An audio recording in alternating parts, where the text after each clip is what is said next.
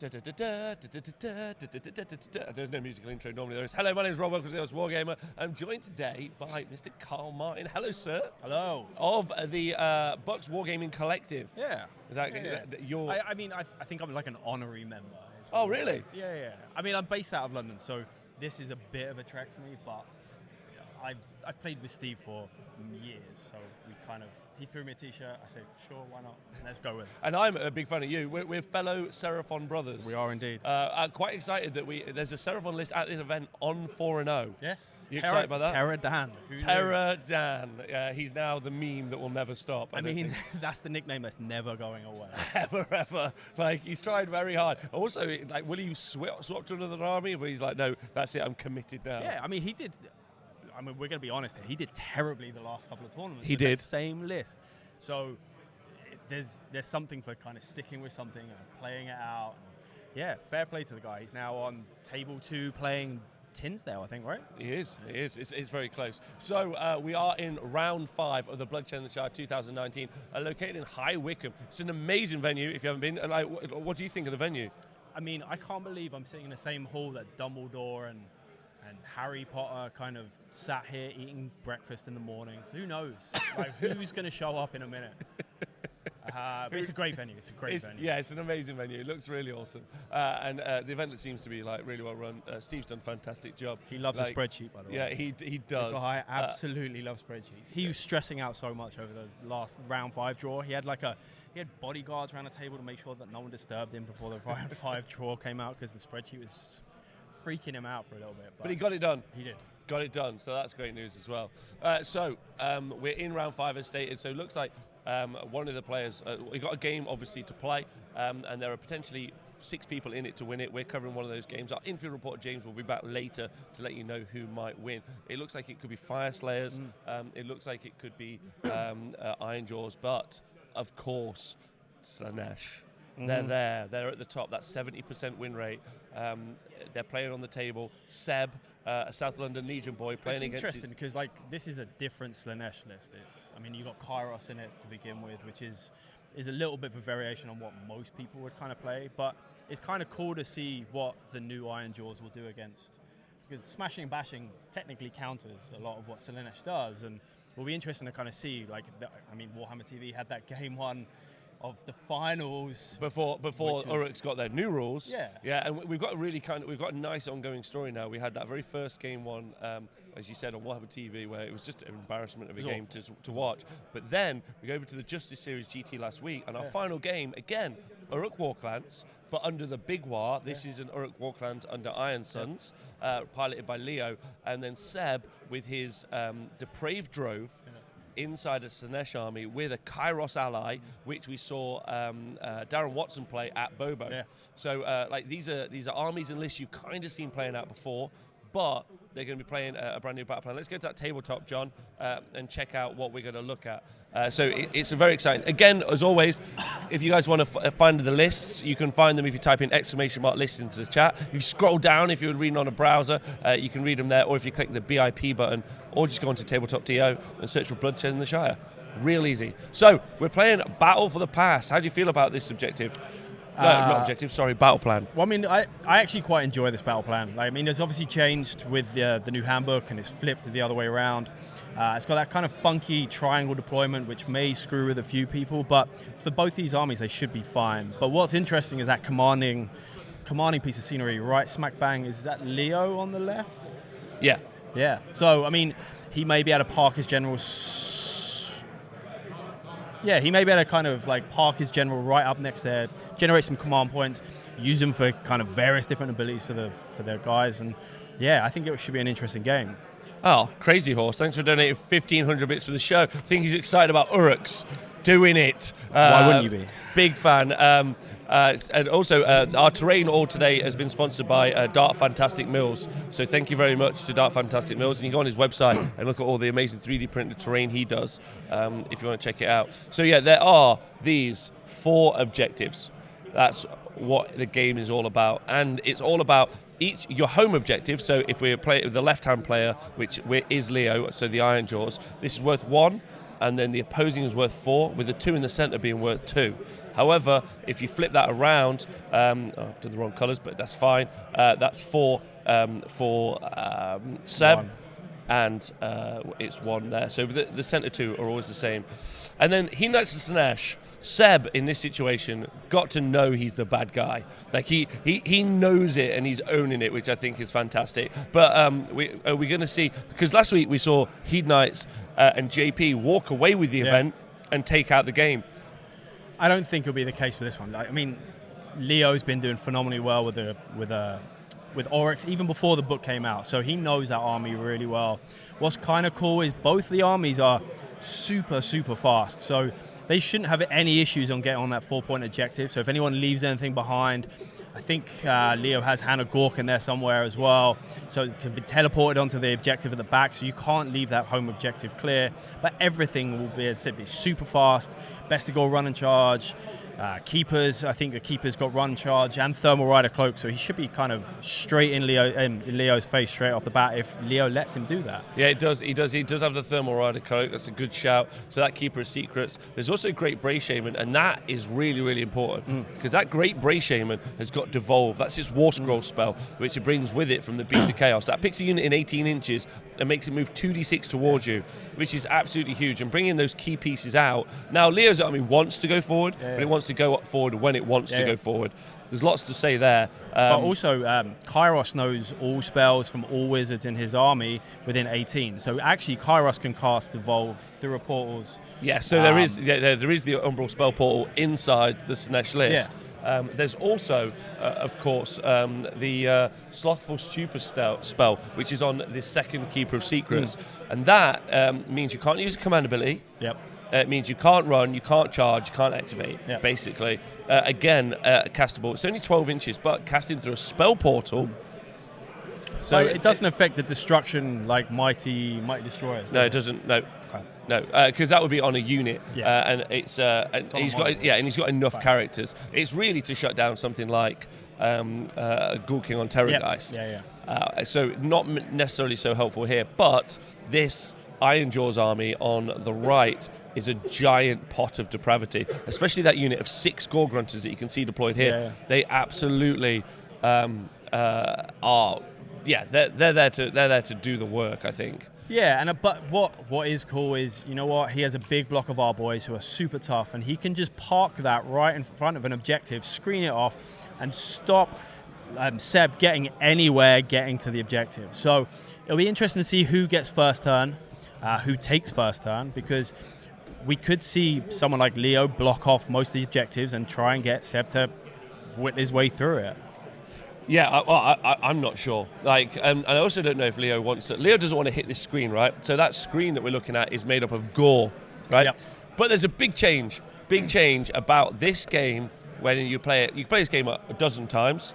However, in this situation, you're playing in the realm of Heesh, which means the command ability is available, which lets you always strike first. Yep. So the combination of always strikes first. So that's the realm ability. So there's that Mega Boss. There's a handshake.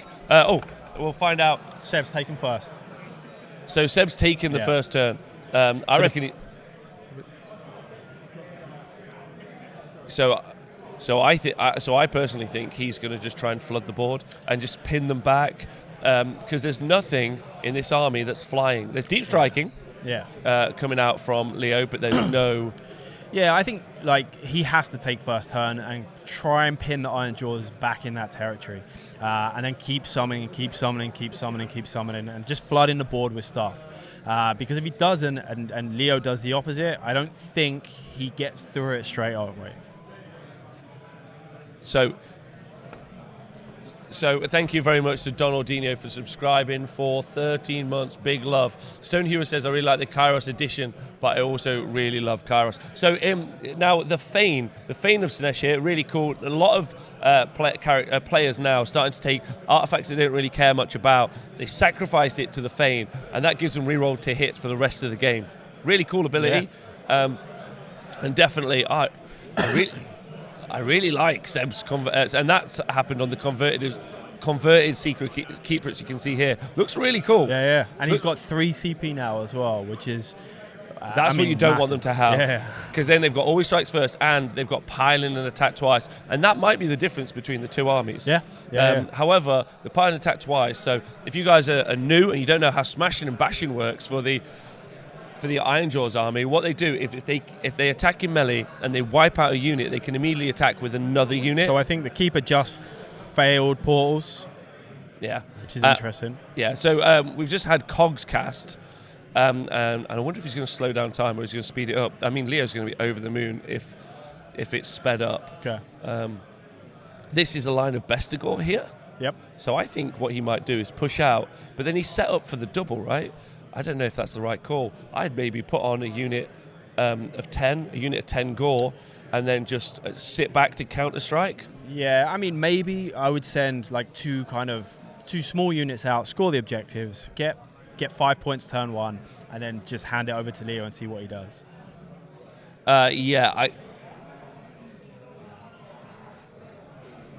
So, yeah, a Mystic Shield cast as well, so hero phase. Interesting, you haven't seen Seb take a lot of endless spells, and they're so strong, the Slaanesh ones. He's got Umbral Spell Portal and Cogs, but he hasn't got any of the Slaanesh spells. We've seen the excruciating wheels, yeah, really strong, and also, of course, the mesmerizing mirror does some devastating damage as well. Okay. And so, do you think he's going to move forward? Do you think he's going to go and attack? Like, is he going to go on the offense? I mean, I think he will, because he needs to push the Bestigor out. I mean, it's a big line, that triangle. But so what's really interesting about Seb's deployment, if this diamond-shaped Bestigor unit here, is he knew he was going to take the first turn. So that front unit is moving 16. I do wonder if his plan is to just pin him here, and then he's going to run all his score up, do the same. So if Leo does get the second, Leo gets so he hits the screen, wipes the screen, then he comes forward, hits the second screen if he gets the turn, but then the keepers. Yeah, so it's interesting. Like, I mean, he shouldn't attack right now. I don't think he goes into that unit of our boys. It doesn't make sense. I think he sticks maybe 6 inches away from the front line, stops there, lets Leo come towards him, and like Rob said, try and hit both screens at the same time. So, I mean, that unit of Bestigor will die straight off the bat, like which is a big unit to lose. But that's not the Bestigor. It looks like it's the Gore. So good. That was a terrible decision, screening with the Bestigor. Yeah. Really happy about that. Really happy. So thank you very much, cameraman. So the unit that's screening with is going to be the units of Gore. And then the Bestigor are going to be sat behind. So that's a classic move. That's a screen against the priority roll. If he gets the priority roll, he can move out the way and throw himself in, using the Bestigor as the second level of screen. Or would you put the Keeper? Would you put the Keeper of Secrets in, let that farm up that depravity? I would push him forward. I wouldn't push him all the way forward. I think he has to support the guys and have that threat there, because if he doesn't... Yeah. So, hey, All Boy Phil, he says, hey, Rob, didn't you say Ironjawz versus Slaanesh was a terrible for a screening game? It definitely was under the new book. Versus the old book. But the new book's given him so much more potential. Yeah. So I can certainly... I personally think that this now is a game that might be in the Ironjawz favour. Yeah, and also, like, Leo's a great player. I mean, I think he's sitting in, top 16 for the year. I think he's sitting in Masters places right now. I think Leo can definitely handle the Ironjawz really well. He's played it, I think, he's pretty one much to all watch. season. Yeah, for sure. He's one to watch. Oh. Okay, so this unit in the centre here is Volcanic. He forgot to roll for it at the start of the hero. He's just rolled for it. Rolled a 6, and the mountain has exploded, and the Ungor have just lost 3 models. So, 2 models. Sorry. There we go. Hey, First Brain Squig. Hey, Nick. Hey, everyone in the chat. It's me and Carl. We're doing the commentating for the game. It's turn 1. Hedonites and Slaanesh on the prow. Obviously, you can check the list out in the usual places. And I would like to know who everyone in the Twitch chat is rooting for. It's got to be everyone on the Uruk side, right? I mean, the way it's been going, what was it? #ban Slaanesh is the who was flying. That? I mean, some guy posted on Twitter, caused some storm on Twitter. I think he stands by it as well. I do. First Brain Squig, hi. Napratine says, so, and this is also really importantly, this is our second Slaanesh versus Ironjawz. It's quite interesting if you read the comments. We have a Slaanesh player who's actually rooting for Ironjawz. Yeah. Yeah, I'm playing Slaanesh and I'm rooting for Ironjawz. There we go. I'm cheering for not Slaanesh. Fantastic guy all the way over in Canada. What up? I think we all are, but this is this is. I mean, we're listening to the table boss, and Speckles is rooting for Ironjawz mainly because it's his lift home. Okay. I mean, that's really important. Yeah, I would say Jaws. I think it's really important for people to root for Slaanesh taking a kick in. But now that's not to rag on Seb, because actually Seb, the player, is the nicest guy. I haven't had an opportunity to interact much with him loads, but I've been talking to him a bit today and yesterday, and he's just a delight. So. Yeah, we want Seb to win in life but lose on the table is basically what we want. Yes. Couldn't agree with you more. So I think the big threats that you're going to see is obviously going to be these two Keeper of Secrets and where they move. Now, don't forget the deployments were like this, so that's why you've seen them in this shape. This piece, a big piece of terrain that could come into effect is this commanding, because normally both of these two players, Leo sat on 2 CP and Seb on 3, both players looking to use that resource a lot. And we're seeing some of the armies and the new books released there, and obviously starting from Flesh Eater Courts, that CP usage so impactful when you can fight and attack twice. But there's a bigger drain on it in this game because we're playing in the realm of Heesh, which means Always Strikes First is available via a CP as well. That's interesting. So like it's a big economy. And we have to always remember the the realm we're in, banishment's actually in effect as well today. So it will be interesting to see how that gets used throughout the game, if it gets used. And Kairos is kind of the X factor as well. We still have that dice roll which he can flip, can use it on a charge of Leo's and make him auto fail. It should be in the back of Leo's mind throughout the game that he can affect something that he's going to be done. So, yeah, Leo on the tabletop was telling me that he's going to use. He said the dark arts. Not sure what that means, but he said he's going to hit Seb with the dark arts, and Seb said, "I'm not stressed by you, Leo. Yeah, you pile it down." But another cool little side story is that Leo taught Seb how to play Age Sigma. So Seb is now trying to become the Sith Lord. It's like Padawan. And yeah. So he needs to defeat his master to take the victory. But they're also club mates as well. So they all play out of South London Legion. So I think they've played each other a fair bit. I think Leo's probably helped in terms of kind of test this list out a little bit as well. So if anyone knows how to play against this list, it'll probably be Leo. Yes, I think absolutely. It's going to be Leo if it's anyone. That is Kairos that you guys can see in the middle there. So this is a Beast of Chaos army inside a Slaanesh army with a Tzeentch ally force. It's like a lie inside a lie inside a lie. Yes.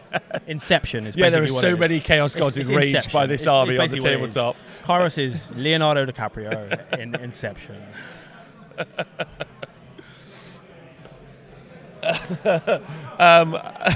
So I think, as you can see from that deployment now, it looks like Seb is definitely going for the conservative movement and playing again very defensively and making sure those units pin in. The issue is with this game and how important that micromanagement is between spaces. Some of these models just do not want to let you put your base where they need to be. It's interesting though, because that first double turn is going to be huge, because if Leo actually gets it, I think he gets into most of his army. I think the movement that the Ironjawz have, he can swing around screens, he can get into most of the places. I think that first turn, like first time priority, will be huge.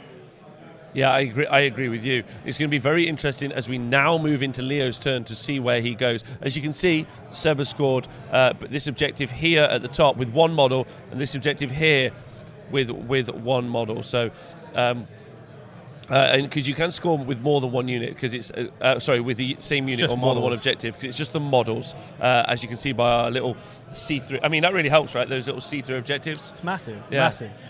Yeah, that's useful. I don't think you're going to see Leo go on the aggression. I've talked to him a lot. We obviously did a podcast talking about the Ironjawz, which you guys can go and check out. And one of the elements that I understood talking to him was that he's a very conservative player. Yeah, I think what he'll want to do though is take away from some of the board space. If he pushes that unit of our boys up, and obviously he'll take off the screen in front, but he just wants to block off areas where Slaanesh can go. So it'll be interesting to see how aggressive he goes first turn, playing into that first turn, like into that double turn. So there's three war chanters in this list for Leo. He's also got a shaman, and he's also got Scuttletide, which I think you're going to see come into effect as a little bit of a nuke. There's the Weird Knob Shaman, so he's got the Great Green Hand of Gork as well.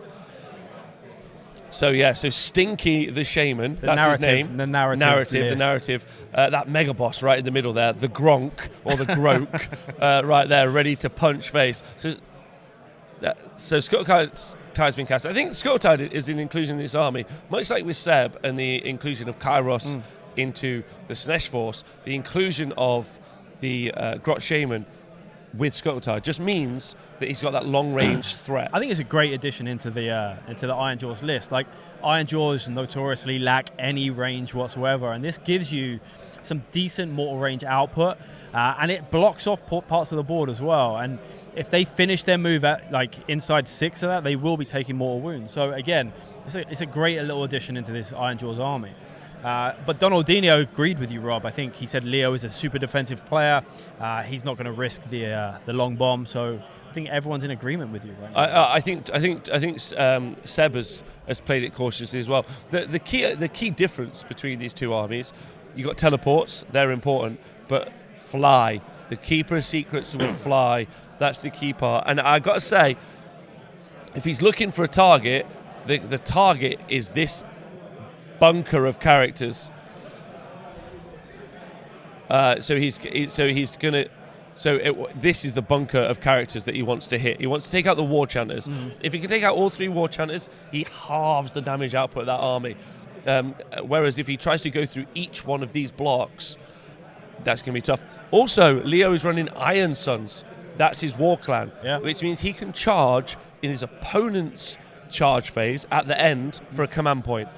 So again, that command point resource becoming even more important. Yeah, and I think that's probably, look, that's why also that Seb didn't push forward even more, because it's -1 first battle round as well. So -1 to hit against the Ironjawz as well. So again, I don't think that would have caused any difference. So what's happened is Leo has tried to cast the Great Green Hand of Gork, and instead the Great Green Hand of Gork gave him the middle finger and said, no, it's not for you, He's not a temperamental today. guy. He is. Thumb down like a green Caesar.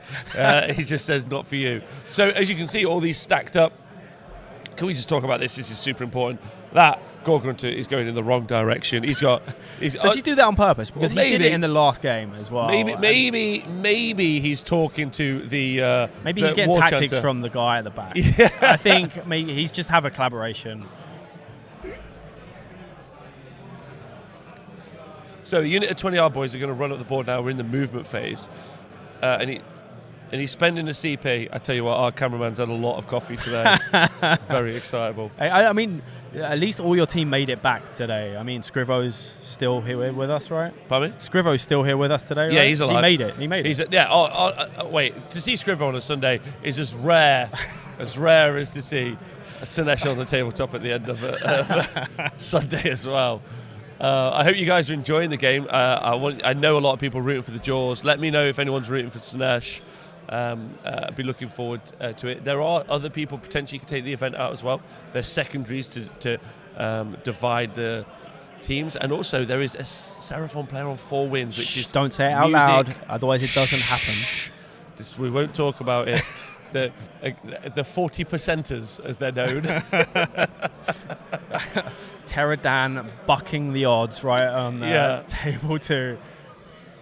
Okay, so those Gorgrunters are going out on the objective, and I think the thing that he's still facing backwards. He's still facing backwards. Well, now he's talking to the Grot Shaman. He got some advice off the War Chanter. Like if you were to be a fly on the wall in that conversation, what do you think he's saying to him? Oh no! All right, little fella, where are the bad guys? That's the best orc impression I've ever seen in my life. He's like, oh, I don't know. I just cast the spells. I just cast the spells. I don't know. That's my Jamaican for today. Yeah, or maybe the pig is just truffling and he wants to just eat the shroom hat. Thanks, Grinaldi. It's like Chinese whispers. So we are at the end of the movement phase, and we're going. Sorry, it's at the end of the hero phase because some of these have been hero phase movements, and now we're into the movement phase. So it looks like Leo's going to push up, but I think he's going to push up conservatively. Yeah. I think what he's doing is the big threat, which is that Thermal Rider Coat Keeper of Secrets. I think he's just putting out. But you know, if bait him out. But I actually think, if he puts this in, right, attacks twice, that generates a ton of CP, half neuters this. I know he gets struck back and dies. That's important. He's okay with that, though. But he's okay with that. So then that's the depravity points available here and the depravity points available for the keeper. Is that a real loss in that situation? Because you're putting that keeper back on the board, but you've reduced down one of the threats. I mean, the Gore Grunters are a massive threat on this. Like, with the amount of attacks they put out with double damage and the speed that they have, they could be anywhere on the board. I mean, they can move really fast. Real fast. Just even when one's facing backwards, they can move real fast. Yeah, even with him slowing them down. Yeah, because just with Mighty Destroyers, move 10, move 10 again. So he's got the drum beat, so you can charge on 3d6. So that's going to punch through a hole or get. And look, 20 inches puts you here.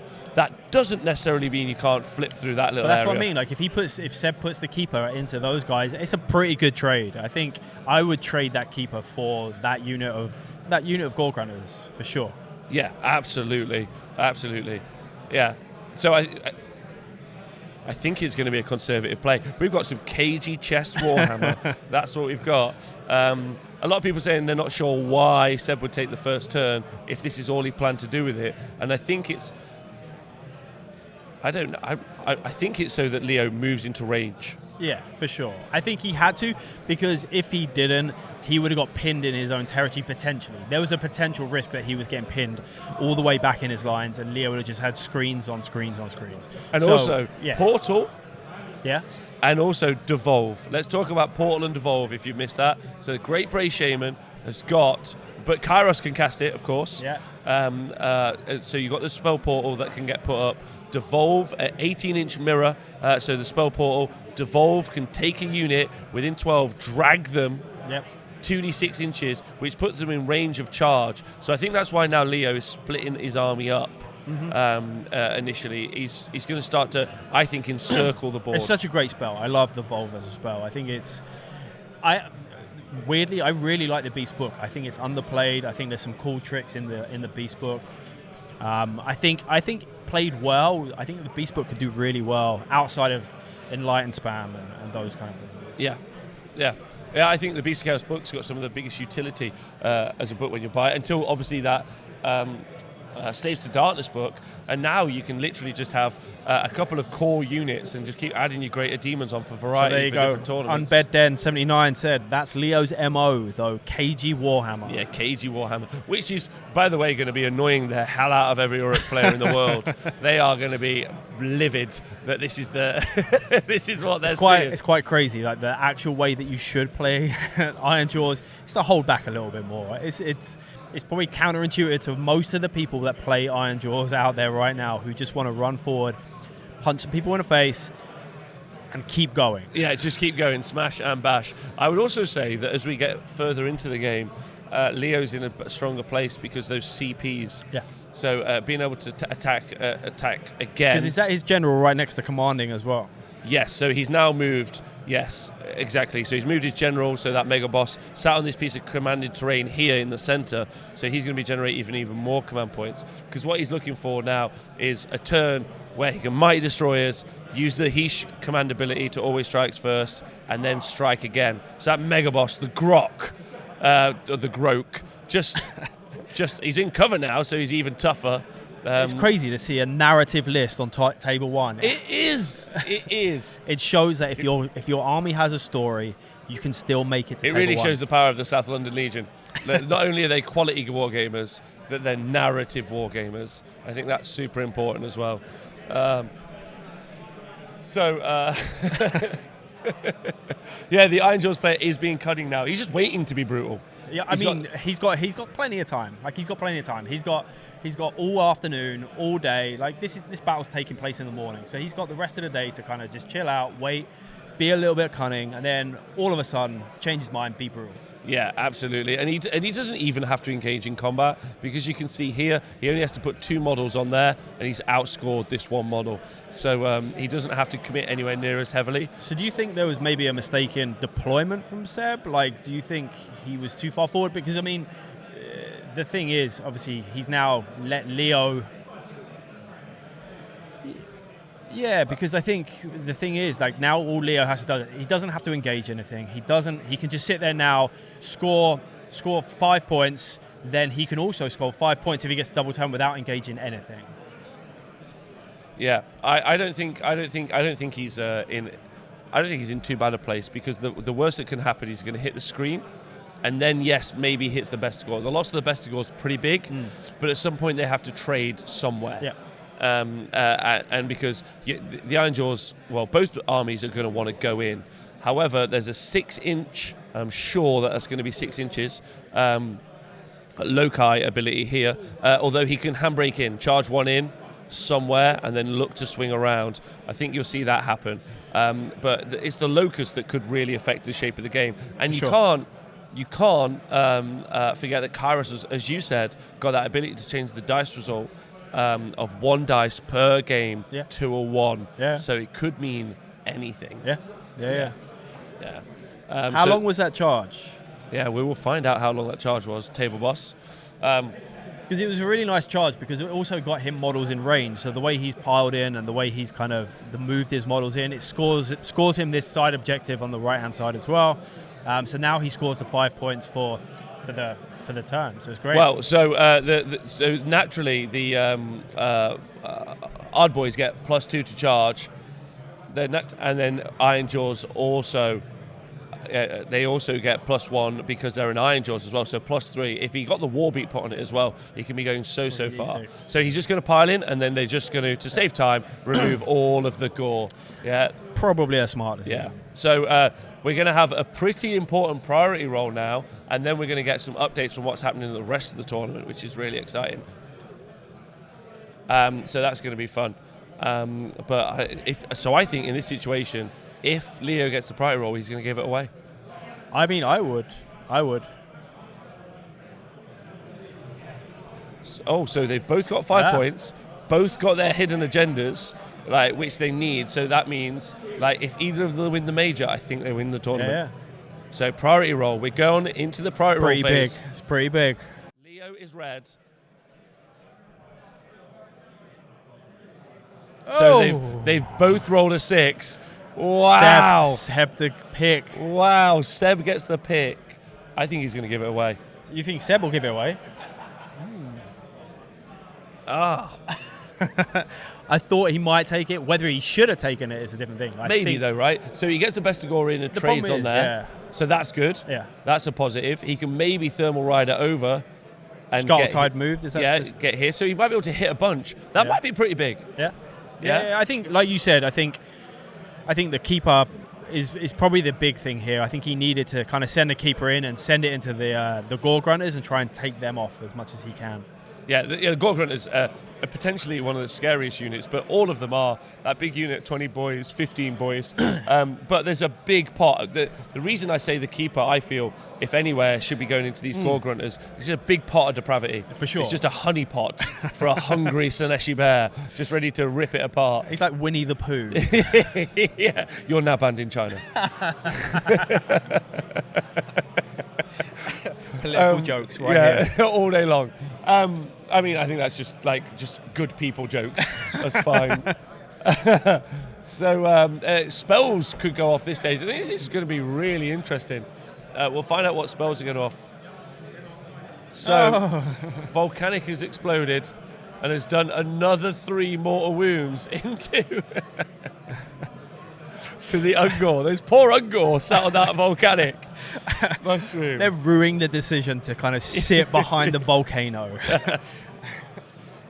It's like Pompeii all over again. So Seb won the priority, no, and he took the turn. I think he maybe should have given it away. He set up to give it away, I think, maybe. But that's a lot hitting him. That's the pigs. If that unit deletes the gore in a go, if it does, the pigs could pile in, hit Kairos. Yeah, so, I mean, there's plenty of opportunity to smash and bash. If he'd have given away the turn, the way that is, obviously, he can only locus one of the units. So he could only locus one unit. So multi-charging that unit at the front would mean that smashing and bashing could have been in effect as well. Yeah. So we've just seen the attempted cast of the Umbral spell portal. So that's 80 points in the list to extend range. He's rolled a 3. He's having an awful time in the hero phase. Yeah, that is not going his way at all. And he's going to really have wanted that, because what he wants is Devolve. Yeah, his Beast of Chaos, his Great Bray Shaman, who's decided to dedicate himself to Slaanesh. Oh, so Kairos is going to cast Devolve, though. Oh, no, Kairos' spell. So he's going to cast that. He's 8. So it's going off an 8, and I think he's looking to just do some mortal wounds, to do some chip damage into the armies. I think the weird knob's in range. Oh, okay. So he's looking to kill one model. So you can actually tag that unit of Gore Grunters as well. So it'll be quite. Will he turn it? Okay. So he's killed. So because of that mortal wound spell, he's killed one of those units of Ard Boys. The Ard Boys now lose one. A spawn is spawned. Sorry about that. Right. It's put on the tabletop, and then he's going to tag one of those units. It's a really cool spell. But you can put it 2.9 away, keep him in combat, and then just lock up that R-Boy unit so they can't go anywhere. Yeah, it has to be near the model that was killed. Yes. So being able to put it there, within 3. So it just means, there we go. He's going to make it so they have to move forward if they want to move anywhere, which is interesting. Whether or not, I'm pretty certain even just 2 Ard Boys might be able to just punch through him. But maybe not. And he might also drag them over to have that unit pull through. What's really cool about that is if you took that and Devolve, you've got 2 ways inside of the Slaanesh army to move your opponent's models around. Yeah. However, because Leo's playing Iron Sun's Ironjawz, he's also able to charge in the Hedonites charge phase as well. So this unit can charge. But now he potentially can't, because obviously he's locked in combat right now. And they're both gonna hammer CP. So he's gonna go I always strikes first, and then Leo's gonna counter with I always strike first. Yeah. And then he's gonna go cool. So then okay. Oh. So again, a Mystic Shield cast not worked, and he's decided to speed up time now. Yep. So those Chronomantic Cogs decide to speed up time. So lots to happen. And then we're going to be into the fast-paced movement of the game. This army, I think we're going to see those Bestigor move forward, hit these, I think, and then the Thermal Rider Cloak character come here. But we'll see that in a moment. Right now, we're going to find out what's happening in the rest of the event. Our infield reporter, Mr. James Powell, is going to let you know what's happening in the rest of the Bloodshed and the Shire 2019. Hello. So I've changed role for a little bit. I've been having a wander around, and I'm guessing, just like everyone else that I watched it here, I probably don't look like I'm actually here. So we've got some bits and pieces going on, and lots of people now seem to be fighting over the Best in Faction awards, which are really cool. So you should see them a bit. And I've also taken over the Honest Wargamer Twitter, so that will be having some updates as and when I walk around the hall. Just for those who've been watching all weekend, it's good to let you know that Johnny Two Guns is on table 13, and he's doing quite well. And I've been told by his Lord and Keeper, the man that we had on stream, who I think was called Ralph, that Johnny Two Guns is going to kill a Bloodthirster all by himself. And that's what I heard from his Master and Keeper. Mark Curtis, having a very stressful game on table 26, is adamant that he needs to win the Best in Faction for Destruction. So he's quite tense, but we'll see if he gets it. On table 10, AD Mac is still alive. He's still here. He made it to day 2. And just to keep him in his place, because he's brought Slaanesh this weekend, someone's managed to give him a pair up against Slaanesh. So he'll have a lovely time, I'm sure. All those 2-up locusts on each other. Then what else have we got? On table 12, Tom Parry from WS10, and the only WS10 player at the event. A long-time Seraphon player, as we saw. We've seen him on stream. Managed to get an 18 rolled against him on the Engine of the Gods. And at last point I looked, there was, I think, 2 sets of 3 Razordons all up in his back of his army. I'm probably going to take them off the board. And then just quickly, and this is my last bit that I'm super excited about, and I'm probably not supposed to show favoritism, but I'm going to. On table 2, Terra Down that we had on stream yesterday is 4-0, and I am rooting all the way for his 5. Because who doesn't want that? So I'm going to pass you back over to Rob and the team, and they'll catch you up on what's going on the table, and I'll see you all in a bit. Thank you so much to Mr. James Powell there, my Brummy brother. So welcome back. This is me and Carl. Hi, Carl. Hi, Carl. We're in round 5 here at Bloodshed 2019. We are, and but turn 1 has already happened. Both players, the Hedonites of Slaanesh versus the Ironjawz army, moved in a conservative tabletop. Give me the top down piece, John. A conservative kind of like first movement into the mid board, both scoring those 2 objectives on this scenario here. However, then the priority roll went to the Hedonites of Slaanesh, and Seb has decided in his hero phase, tried a bunch of spells, Umbral Spell Portal specifically, also Devolve. None of them went his way. So now into the movement phase for the Hedonites, and they've started to move forward quite aggressively with this big block of Vestigor. So do we think he's going to send that keeper forward? Is the question that I guess Rob's been asking all game is, will that keeper be thrown forward? There you go. This is the meal ticket, in my opinion. Yeah. And it looks like he's going to just avoid the hard boys, and he's just going to go for the pigs. Yeah. I think that's quite interesting. So the 8 pigs are an 8-inch charge, so I think that's quite cool. So he might hit here, and he might hit here. I'm pretty certain, because of the Depraved Drove, and it's Slaanesh. Yeah, of course. Those Vestigor, they generate extra attacks on 6s to hit, right? They do. They do. So they can kick out some whopping damage at Ren versus 1. But there's so many wounds here. There's 40 wounds there. So inside that unit, there's 30 wounds. All with a 4-up armor. So the keepers still has a movement of 21. He rolled a 1 on his movement on his run roll. I don't know if he'll change it. Did he change the roll? Okay.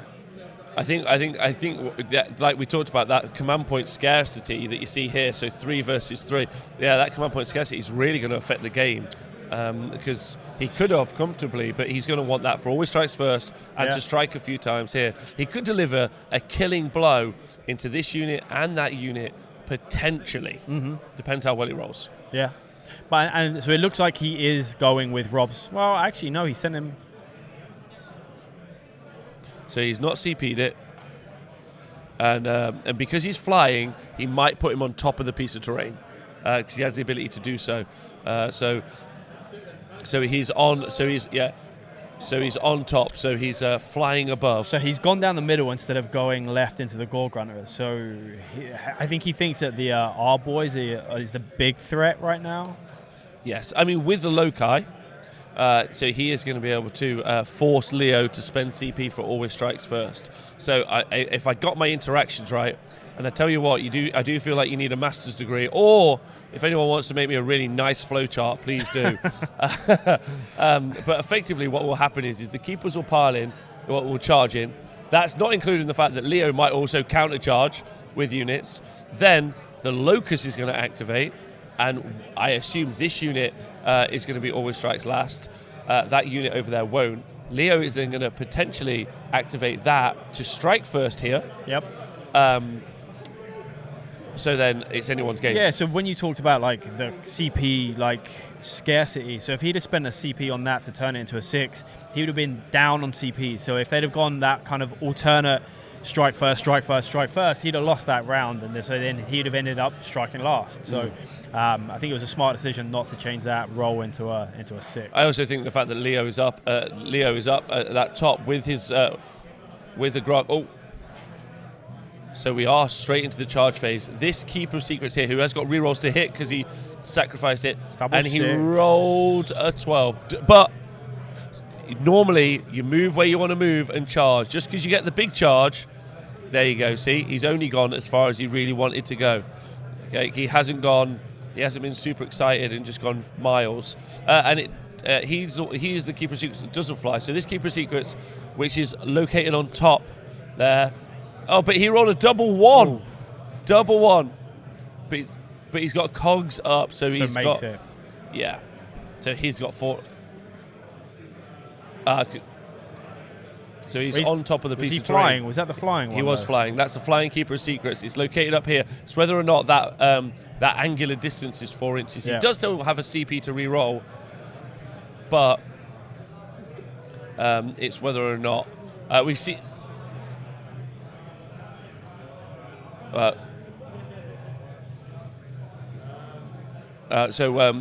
interesting. We've seen this before, actually, at the very last game at FaceTime with GT, where we saw Luke, thank you so much, put his eels and Voltronus high up on pieces of terrain. I personally would advocate for terrain just being impassable. Yeah. You either fly over it or you don't. Yeah. Fly on it feels like a huge advantage they should need to have. I think even if you're flying, you could be hovering just over the ground and you have to fly up and over. So so they're just clarifying now how they feel about that ruling. So how do you think these combats go then, Rob? Pardon me? How do you think these combats go? So, depending on if this Keeper's going in, he's got 2 opportunities to locus, so this unit is definitely last. Now, my big question is what he's going to do with this, because I don't think he's noticed. So there's the double CP play, which is this unit charges, and then it strikes first. Like, I don't think he's seen it, which means he's going to want to get this Keeper of Secrets there, not in the center. If he doesn't, what's going to happen is, in fact, actually looking at it now, do you know what? It's already Leo's game, in my opinion. I've just seen it. I've just seen it all. He just needs to charge that unit. Yeah, because this unit's buffed up. He's going to spend a CP and charge these in with the natural ability of Ironjawz plus cogs. So he's gone. He's going to wrap around, but he's going to get charged. No. So when does the Iron Suns one kick in? Is at the end of the combo? At the end of his opponent's charge phase. So because of the Iron Suns command ability, so that's the War Clan, you're going to see that. I think you're going to see the pigs charge in, and I think. But what he's going to try and do, maybe though, that Keeper here that's located under JD said it's too far. He can't locus it. Yeah. He can't locus it. So that's just, and look, he's just giving him a 3-inch charge with an always strikes first pig unit. I mean, it makes sense. It'll make loads of sense. Oh my God, this is a super cool play, and definitely why you can see when Leo was talking to me about it, he's like, this is the big move. And the thing is, like, Leo's a good enough player to remember that play. I think Leo plays for this kind of stuff. I think he knows that that's on. I think he'll do that, and maybe Seb hasn't realised that or forgotten that the Iron Sun's ability exists, because it is like the second part of the Iron Sun's ability. Like the big piece is that -1 to hit for the first battle round, but then you always forget that second half of that. Oh no, this is going to be big. A lot of people in the chat saying, yeah, of course you should just tag them in 3 inches. I don't think he's seen it. Well, he clearly hasn't seen it. He clearly hasn't made the play. This is going to be big. I can't wait to hear it said that he's going to spend that CP. Here we... So he has now just decided to counter charge. So if he goes first, the smashing and bashing effect in this overrides the locus. Yeah. So what will happen is this unit of 20R boys who are also buffed are going to get an overridden. So if he plays a CP for the... no, don't think about it. No, that's the one. This is the time. Oh my God, here we go. Yes. Here we go. Come on, piggies. Yeah, this is going to be huge. This is amazing. So those pig unit will delete that unit. Like, like unreal. Like with +1 damage. So if he needs to obviously spend a CP, the problem is obviously by spending a CP, he's now down on CP against Seb. So if you play that battle of strike first and the realm ability, he may come off second best in that. So if he plays the strikes first, takes that unit off, and then smashing and bashing for the rest of the units. Well, the issue was the gore. He never needed to put the gore in the game. Yeah. Like, I can see why he wanted to, but now all of the pigs are about to activate with always strikes first. They're going to womp. So Seb, we just hear him from the tabletop, just forgot. They are going to attack first. He spent a CP, so that's 2 CP spent. Oh, also 4 mortal wounds from the charge. There's also impact damage done here as well. So much better than that old rule for the Gore Grunters as well. What I love is that middle bit was bait. Like it was just big bait. The Locust. So the center unit is Locust, not the pigs. Yep. Let's just double check that. The unit of Ard Boys is Locust. But that impact damage from the Gore Grunters, now it's changed to always on the charge, right? Yeah.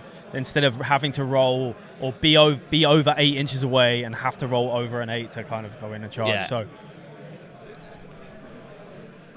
So he's going to spend a CP to make the Bestigor fight first. So then you fight back and you have the pigs fight first. So the Bestigor are actually going to get... Oh, no, I didn't see that. It's so many layers, right?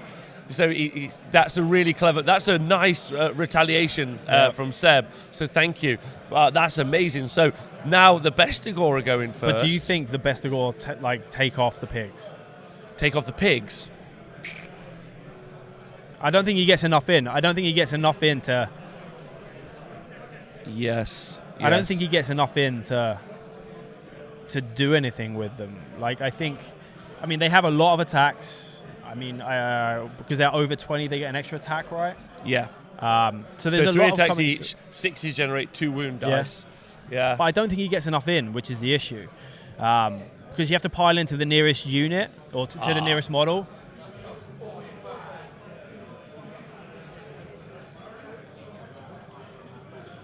Oh, yes. So what he's actually going to do is he's going to spend a CP on the Ard Boys to make them always strikes first. Because then that overrides the Locust. Yep. And make them strike first. So electing to attack with the Bestigor means he's going to put a bunch into the pigs, then he's going to do a bunch into the Ard Boys. After that, it's anyone's game. Yep. Because as soon as Leo activates one unit, if he kills a unit, everything is going to go. So it really comes down to these. I mean, do you think that he should have hit the Ard Boys first? Do you think he should have hit the Ard? No, he's still going to hit the Ard Boys, right? He's got a bunch of Bestigor in range to hit. He's the going Ard into Boys. the pigs first, right? But would you? Well, not... it's the same unit. Yeah. Oh, you mean no? So 7 into the Gore Grunters and then 8 into the Ard Boys. It's just not enough. He needed to hit with the whole unit. I think this has become because of the realm, because of the realm ability. You do get some really interesting counterplay, but unfortunately, it's just a really, in my opinion, poor choice to have a realm being used. So the chat is obviously talking about what should be hit first, if they think there's enough in to kind of do enough damage. I mean, I think the consensus right now is that he doesn't have enough in to kind of do any meaningful damage into the pigs or to the Ard Boys. No, I mean, so it's 21 attacks coming out of just 7 of the Bestigor, and then they've generated 8 extra additional hits on top. So that's not nothing, right? That's pretty good. I mean, they're 2 wounds apiece. Bestigor so that's -1, right? Bestigor -1 rend. So yeah, they're not going to go through them. I think once everything's attacked with that +1 damage onto the both the pigs and the Ard Boys, you're probably going to lose everything. You're going to lose both keepers. And that's the thing, because if he loses all this, it goes into...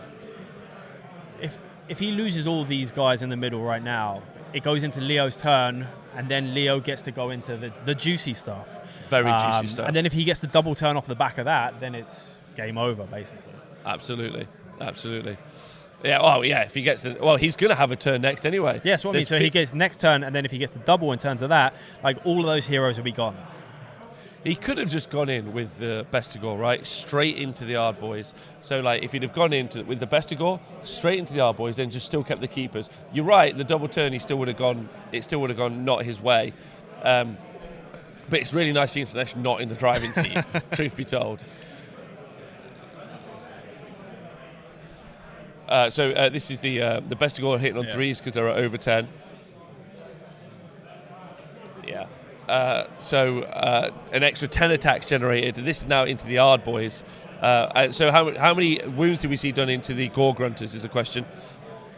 So one dead Gore Grunter, another down. Another 4 wounds taken on the other. He really wanted to kill that second one, because that's a lot of damage coming out of just one Gore Grunter. That's 3 from the Uruk. Because they've both got +1 damage. Both got +1 damage. 4 attacks on the base on the Gore Grunter, 3 on the Uruk on top, so 7 with an extra attack. So just loads. It's very, very close. 40k below gaming. Welcome to the channel and the show. Welcome everyone. Hope you're enjoying this game. Let us know who you're rooting for. I'm looking forward to seeing what pans out. This combat's for the game. So 7.5 Ard boys died out of the unit of 20. Yep. There were some more that were lost earlier to mortal wounds. Yep. So there's 8 in total have gone. So there are only 12 left, but they do have +1 damage. Still a lot, but you do have 2 Keepers of Secrets in there and the Bestigor. Maybe they won't stand up to this. Maybe. I mean, but do you think that the pigs on their own, do you think the pigs will take off the Bestigor and it'll allow the Ard boys into the Keepers? Yes, and I think 12 Ard boys can probably take out both Keepers, but will they is really the question. And the pigs should also take out the Bestigors as well. But it's going to be... Look at that 1 wound. Who knows how important that save was? Who knows... Okay, so he's committing attack, now. Right? Yeah, so once per battle, you're able to activate the Mighty War. So he's got 9 units in range. So what he's going to do is he's going to see if he can activate it. He's decided now. So he is going to do it. So that's going to be +1 attack, unless he rolls above a 12, in which case it's going to be +2 attacks on the pigs and... he needed to get a 3+ to get an extra 1 attack on everything, and he only rolled a 2, an extra 2 attacks. If he'd have rolled a 3, he'd have got 2 more attacks. So an extra 1 attack on everyone now. So he's spending the last CP he's got to give Always Strikes First to the Ard boys. So there we go. That's the general being in range. So Grok really sat on that commanded terrain, not only in a kind of like physical sense, but in a in-game sense. Yeah. He's like, you strike first, lads. Oh, no. I think that's part of the grander narrative story of this Auric force. Grok is definitely in charge. Yeah, that is the real... They're both narrative players. Yeah, both very narrative players. Has the Slaanesh Keeper got a name? Yeah, we need to know that before it dies.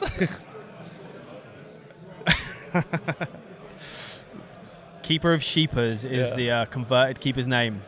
It's going to be pretty scary. So the fact that he didn't get those extra 2 attacks, I mean, that's huge, right? The wealth of damage that can be done is really big. Yeah, it's huge. It's huge. Oh. Okay, so 5 Ard already boys in the general. 5 are already into it. Wow. Yeah. So and there's only going to be 1 Ard boy into the keepers, into the other Keeper Secrets, and then the rest into this unit. So into the Bestigor. So he's definitely looking to get rid of the Bestigor for sure. Yeah. And then if he is able to do that or wipe out any units, he's going to want to activate the pigs. I think he's probably going to attacked, right? No, the Bestigor have attacked already. Sorry. I think what he's going to do, but I still think he's just going to want to. He's activated these. He's going to try and kill 1 keeper, and then he's going to get the pigs to activate via smashing and bashing, and then wipe out the Bestigor. I know they've already activated, but it's a pretty good trade. Yeah. Yeah, it's a pretty good trade. In the Slaaneshi turn, he's done all the charging. He's lost a Keeper of Secrets and the Bestigor unit. Yeah. But we'll see. That could be what happens. Yeah. He Locust. 12 damage into the Keeper of Secrets. He's not dead. He's not dead. He's got 1 wound left. Wow, that's huge. That's huge that you didn't get that extra 1 wound through to kill him off. That is huge. So yeah, that keeper secret's alive, healthy, ready to fight. Who did 4 damage? Oh, and Bestigor doesn't. Yeah. Wow. So Smashing and Bashing didn't activate, but the pigs. I don't think it's that big a deal in this turn right now. No. Like, I mean, the only thing, he was always going to activate the keeper into the R-Boys anyway if he didn't kill him. The Bestigor already gone, so they can't damage the pigs any further. So Smashing and Bashing probably wouldn't have done too much extra in this round. No, I don't think so. But the activations there were complicated as hell. Doubled down by the fact that the Iron Fist is able to do that charge in your opponent's turn. It really changed the shape of the game. But maybe, and that, like, to be fair to Seb, maybe he intentionally put this unit out here because what he was aiming for. You can update that on the overlay. Amazing. Yeah. So he could have. Sorry, I'm so sorry. He could have. Yeah, I think he put this line out here so that the pigs could charge and activate. Yeah, I think. So there's a few people asking in the chat about the R-Boy shouldn't be going in until after the pigs because of the locust. So I think they're just questioning around the realm abilities. No.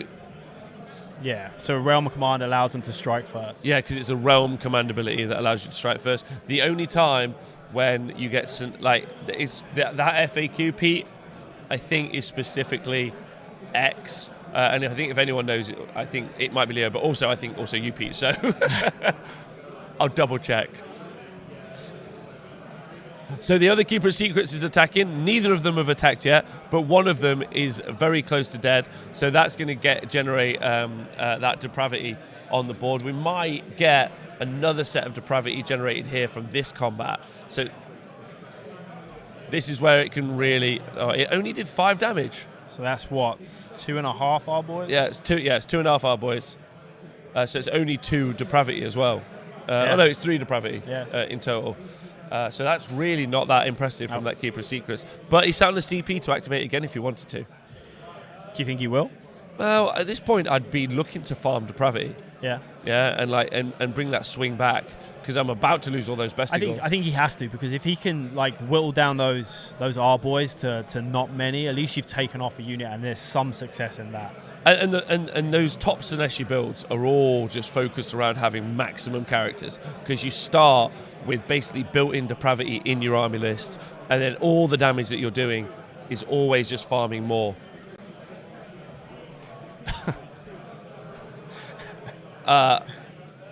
Yeah. 61 attacks from the pigs. 61 attacks, doing damage too. So imagine they're kind of like ogre balls, only loads better. Again, Rob has made a few controversial statements on Twitter over the last few days about his thoughts on the new More Tribes book. So please go see Rob's Twitter. I just. Yeah, they're just as deadly. They're just as deadly as ever. And as Pete pointed out to me earlier, with +1 to hit, they're actually 16% more deadly than they've ever been. So that's an upgrade. We've got it, boys. 16% more deadly. It's facts. It's stats right there. Thank you very much, Pete. Yeah, so the Locust applied, but then the command ability was done afterwards. So it cancels it out, and then he went with the Bestigor first. So then you get normal activation after that. Which then applies to Ard Boys. Thank you to Lekka in the chat. Very excited to see you take Geminids next weekend to Blood and Glory. You giant sellout. Is that Nathan? That's Nathan Prescott. Who is taking a Gloomspike Gitz army with Geminids in. Ladies and gentlemen, you heard it here first. Yeah. What a sellout. Rob is revealing secret tech on the stream. He's giving away. Yeah, it's not really secret tech. It's the thing I'm like, start your army list with 60 points down, play Warhammer.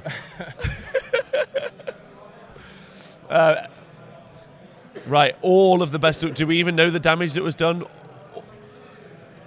Do we know the damage that was done? All the Bestigor died. Every single one. So they stopped counting after 28 damage. They just stopped. So those pigs have smashed that. Lekka. F you. Yeah. Big love, bruv. Big love. Yeah, that's right. All glues like gets to hippies, really. So those mushrooms they smoke. Yeah, so interestingly, he elected not to attack again. I'd have wanted to farm that CP. Also, the Chaos Spawn didn't even get to activate. How dare he? I guess the only thing he's thinking about in Leo's turn is he going to use the strike first ability in Leo's turn, so saving some command points that's for that. really clever. Oh, there he is. There you go. There you go. Right. So he is spending the CPs now. That would be a good call. The only exception is Leo's going to generate a CP for his turn. And then he's smashing and bashing. No, he's going to generate a CP off of the Fungoid. Oh, yeah. And then he's going to generate a CP off that piece of commanding. Oh, yeah. So on a 4+, he's going to be set on 3 CP. It's like Oprah Winfrey with all the CPs. Just throwing them out. Just throwing them out. Just coins of CPs for everyone. Just throwing them to all the CP people here, in the CP world. there. Yeah. So I think maybe like the right decision here is just to there we go. So we've seen some more Ard boys go down there. 4 of them die. So that'll be another. Okay, they're all gone. So that's 20 Ard boys gone, but it has cost him basically most of a Keeper of Secrets. Also, look at this poor Kairos Fate Weaver. Yeah. But he also doesn't score that objective either. So that left-hand objective. No, he doesn't score that objective. You're right. I think really the trade was bad. Yeah. I think as soon as he forgot that Leo could countercharge in that, it was downhill in terms of like yeah. trade-offs. It should have been these 2 in, farm the points, lose them, net with the best of gores. Oh no, because he can still charge. It's such a good ability. Yeah. You can't scream. Yeah. In which case, then go over and get the pigs. Yeah. Which I think is what it was we the play that initially you said. talked about straight off the bat. Like you should have sent that guy into the pigs, charged him, and that was it. Like shouldn't have charged anything else. Should have left everything. Probably just scored the objectives. Let Leo charge in your turn. Try and play the strike first. Locus him in that. But if he'd have sent the keeper over there, farmed some depravity on full health keeper into those pigs, activating twice would have been an interesting situation. Yeah. Damn it. Not sure. So there are still things that can happen. The Keeper of Kairos Fate Weaver is currently on the board, can change a dice roll, so that a big charge could happen. Yeah. A big charge could happen. You could see those pigs, they're going to move. They can move 20 inches if he wants to. It's probably just going to move 10. If he rolls a charge and it's low enough, he can change the dice result to something lower, maybe keep himself safe for a turn. I just don't think Kairos has the output to deal. So that's the end of Seb's turn. So how many depravity do you think Seb will end up with the game with not being able to spend? Yeah, it's really interesting. So he sat on 23, I think 23 depravity. He's had his turn, but his turn, he charges in 30 best to score, 2 Keepers of Secrets, comes out of it having killed a unit of 20 Yard boys, lost all the best to gore, and almost lost a Keeper of Secrets. That's a rough trade game. That is huge. Yeah. That's like Brexit deal all over again. Adam Trunzo, you in the chat? I'm a big fan of you. Adam Trunzo says, I feel like Geminis are even more important now that we have entered the age of 2+2+ hammer. Couldn't agree with you more, because we obviously see that with Big War. You can get cities of Sigmar. So Games Workshop seems to have tried to take rerolls out of the game and just apply pluses and minuses into the game. But that does mean there's a lot of 2+2+ armies. Yeah. Where's the Bray Shaman? Donaldinho pointed Bossman, out. could we find the great Bray Shaman? Also, Tim Boss, if we can get some of those empty movement trays off the board, that'd be nice to just clean it up. Appreciate that loads. Because the Bray Shaman will be tricky, and he's the last one who will allow him to keep spending depravity points.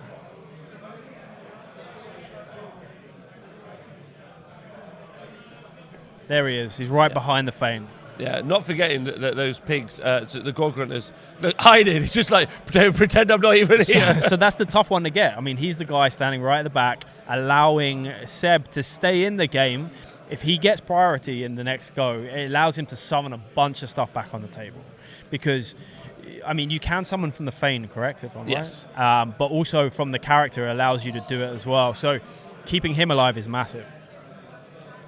It's whether or not he's able to actually get in. I think is going to be the important. Oh, the Keeper of Secrets. What? So he's just an immediate charge. Oh, so he's activated in. Yes, of course, in the hero phase because of Mighty Destroyers. Yeah, so he's charged, and just the impact hits have killed that Keeper of Secrets. And now he's free to move again. Wow.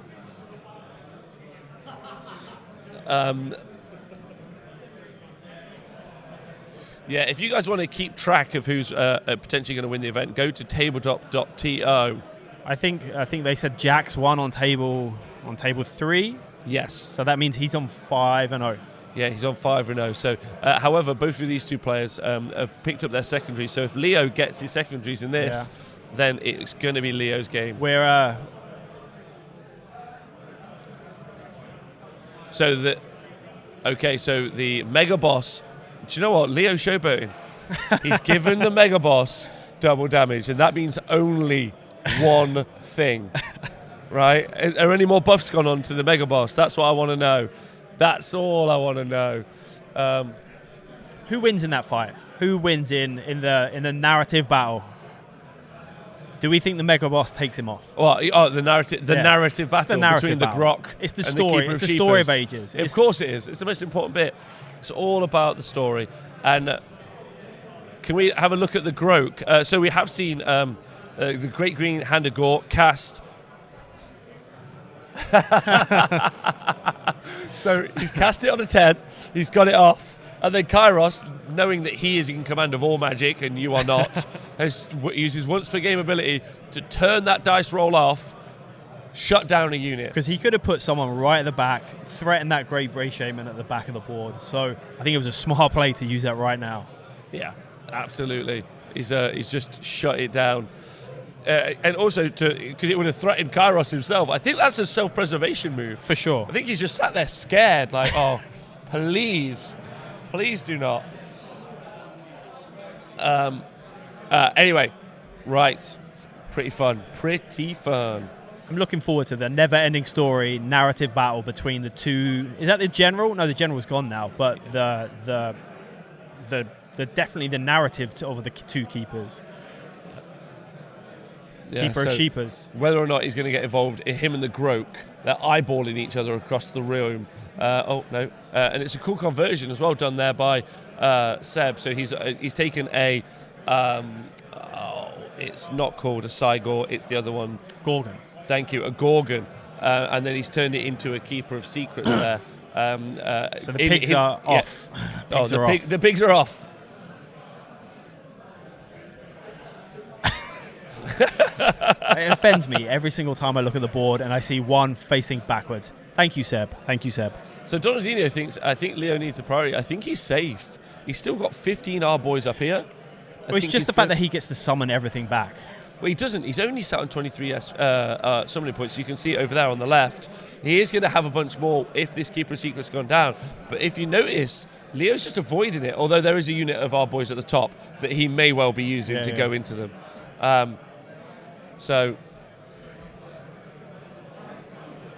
the War Chanter is also running forward as well. The issue is this army moves so far forward that it can just like dash right in. But all the support characters need to keep up.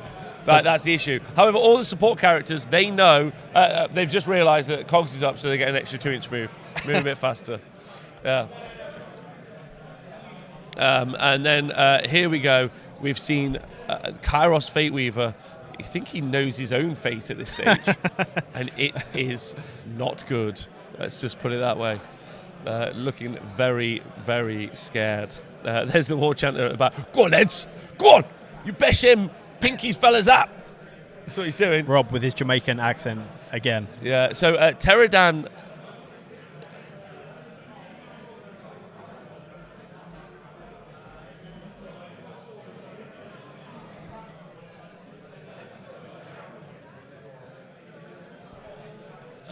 So the guys just doing some bookkeeping, and he just realised there's an extra 6 depravity points on the board, which he needed to see. So it's going to be 29 depravity points there for Hedonites and Slaanesh. Not too bad. I imagine that's just going to get you 10 demonettes. That's all you'll get for 10 depravity.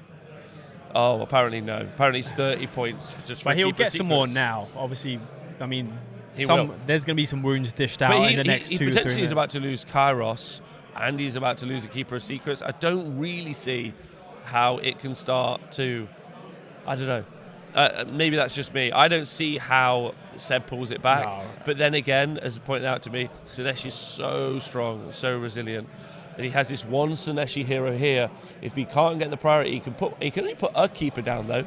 He can't put down 2. Yeah, I think it's a bad position for Seb right now. Like, Leo scores all the objectives. If Leo gets the priority again, I mean, he'll score again, another 5.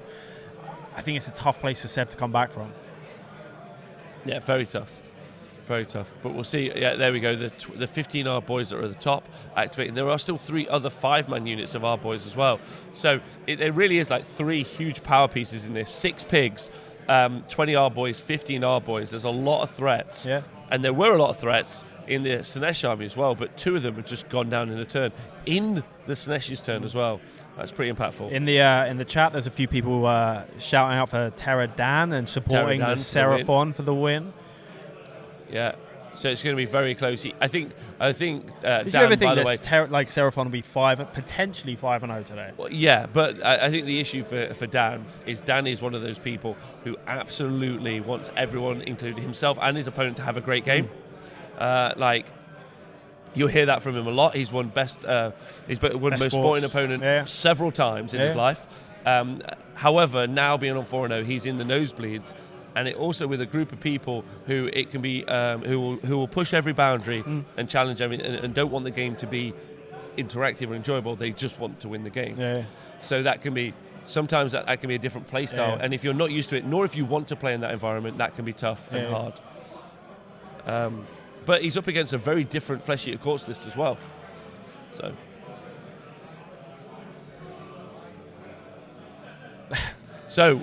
Kairos has seen his fate.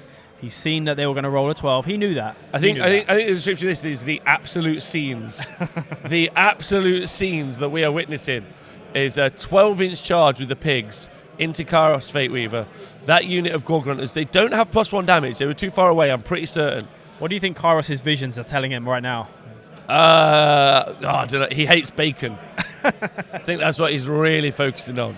Yeah, bacon is not for him. So that means he'll score the home objective if he takes... Well, I mean, he's going to score it anyway, but he'll score the 4 points as well as the rest of the 5. So he'll score the full 9. So the Ard Boys just picked up a 13-inch charge because of the cogs. So they are... Look at that. Look at that in a turn. They were all here, and now they've just, in a turn, just gone through the opponent's +1 damage as well. Just melted it. Just really tough. There were only 4 Slaanesh armies at this event here, so I think what's really key, if you talk it through, is that the fact that Seb has made it up onto top tables is really impressive, but also there's been a lot of players not bringing statistically the best performing army in the game. However, Leo really showing it that he feels very comfortable. He said not only does he feel comfortable about Slaanesh, he feels comfortable even more in this realm because he always strikes first. Command ability is just too good. So I was watching Warhammer Weekly the other day, and they had in response to your comments the other day, but it was shelve Slaanesh. Do you think people are actually shelving their armies right now because of what Slaanesh do? I would say so. I think no matter who you are, well, that's not true. I reckon like 95% of the player base just want to enjoy the game. Yeah. Like in an interaction, and sometimes that's not the case, but. It's a shame though because it's a beautiful army and loads of the mechanics are super interesting. And I'd like to see more of it. And I'm a particular fan of this Besticore build because it's Beast, it's Slaanesh with Tzeentch. I love that. I'm going to open up a can of worms. What would you do to change it? No. I'm not touching that. I'm not touching that. Do you know what? That's not my job really. I don't want to be involved in that. Someone else can do that, especially someone who's smarter than me. I just want I want everyone to have a great time, including the Slaanesh players. You're having a great time today, though. A great time. I've had a great time all weekend. Thank you for coming on the stream. You're welcome. Thank you for having me on the stream. It's our pleasure. I've always been a big fan. Donaldinho points out that pigs are not even looking at Kairos. So they're not even looking him in the eye when they take him down. So the Warbeat has given him +1 to hit. So they're hitting on 2s wounding on 3s. So the Locust has rolled a 1 It's going, at the time he needs it. It's going from bad to worse for Seb right now. At the time he needs it. So it's very, very close here. So we'll see where it is. Stephen AOS says, I had to shelf the Shadow Strike list when Crystal Gore had Strike First, even when you charge them. Lizards just don't have an answer for it. Yeah, a Seraphon Brothers, which both me and Carl big fans of. Huge. Yeah, we've had a tough time, so I'm hoping it's going to go the way.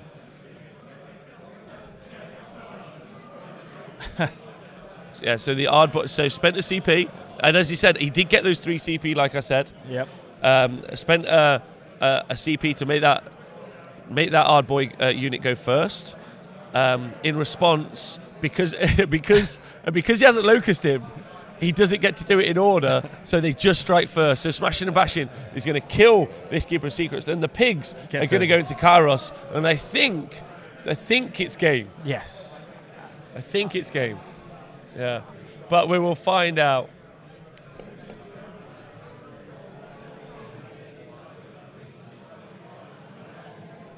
Yeah, I think most of his models get taken off in this turn. Yeah, most of his. Yeah, I would argue most of them. Yeah. Get Seraphon a new book is going on in the chat right now. I would agree with the Get Seraphon a new book. Oh, that's a really good point. Donaldino, I couldn't agree with you more. The biggest crime, Carl, the biggest crime, is we saw the buffed up Mega Boss. How did he not charge? And he didn't even go for the charge. Oh, he failed his charge. So he went for it. Yeah, he did. He went for it. Big love. Narrative gamer. It's a story. Narrative gamer. So basically, the story is he tripped over a rock as he was coming in, and he didn't make it. And he didn't make it. He was too serious, too angry for the battle, which is a giant shame. Mega J Pegasus says, I never thought I'd feel sorry for Slaanesh. So the Keeper of Secrets has only taken 6 damage. That is not what I was expecting. Wow. Only 3 went through. That's actually shocking. That looks shocking. Wait, has Terradan just gone to 5-0? Is this what we're seeing? There's a table in front of us. Terradan's looking very serious. He looks very cool. Is he going 5-0? The Ungor is just going to die at the bottom. Yep. But I'm actually surprised those Ardboys did not kill. Yeah, I thought he was a goner for sure. Yeah. So 2 attacks each hit. But the big difference But that also means he doesn't get to smash and bash as well. Yes, he does. He killed the Ungors. Yeah, the big difference that we saw between this version of Ironjawz and the Ironjawz we saw play last week against Slaanesh is that the damage output. Yeah, because of Big War, he had all the Ardboys on +1 to hit and +1 to wound. So Table Boss, did the bigger unit have +1 damage on it? Okay, fine. Oh, so he killed this unit of Gore here. So then he still activated Smashing and Bashing. So the unit of 5 Gore Grunters. No, I think the Ardboys have gone in. Oh, so the Ardboys are activating. Sorry. Yeah. Oh wow. Okay, so the Ardboys are looking to do their final activation there and hit into the Keeper of Secrets. Maybe kill him outright. And then that'll activate that. Listen, always strikes first plus Smashing and Bashing. Why would you let that combo? 4 saves at -1. Oh, he's still alive. Still alive! Still alive! And that's some more depravity in the tank. And it also has got the potential now to generate some depravity. Yep. I don't know if it will. But I mean, again, we're still talking if he loses a priority. Yeah. But if he doesn't, maybe I was wrong. Maybe he's going to put. That's a lot of wounds to shift, Slaanesh and not a lot of bodies to do it with. Yeah. And also they have to deploy because he's so deep. He has to deploy here, move forward, then get those charges. But Cogs is up. Yep. So outside 9, yeah. Undead Ben says it's worth pointing out that Seb rolls his paddy every weekend at the club nights. So that seems fair. Absolutely. Chuggaboys.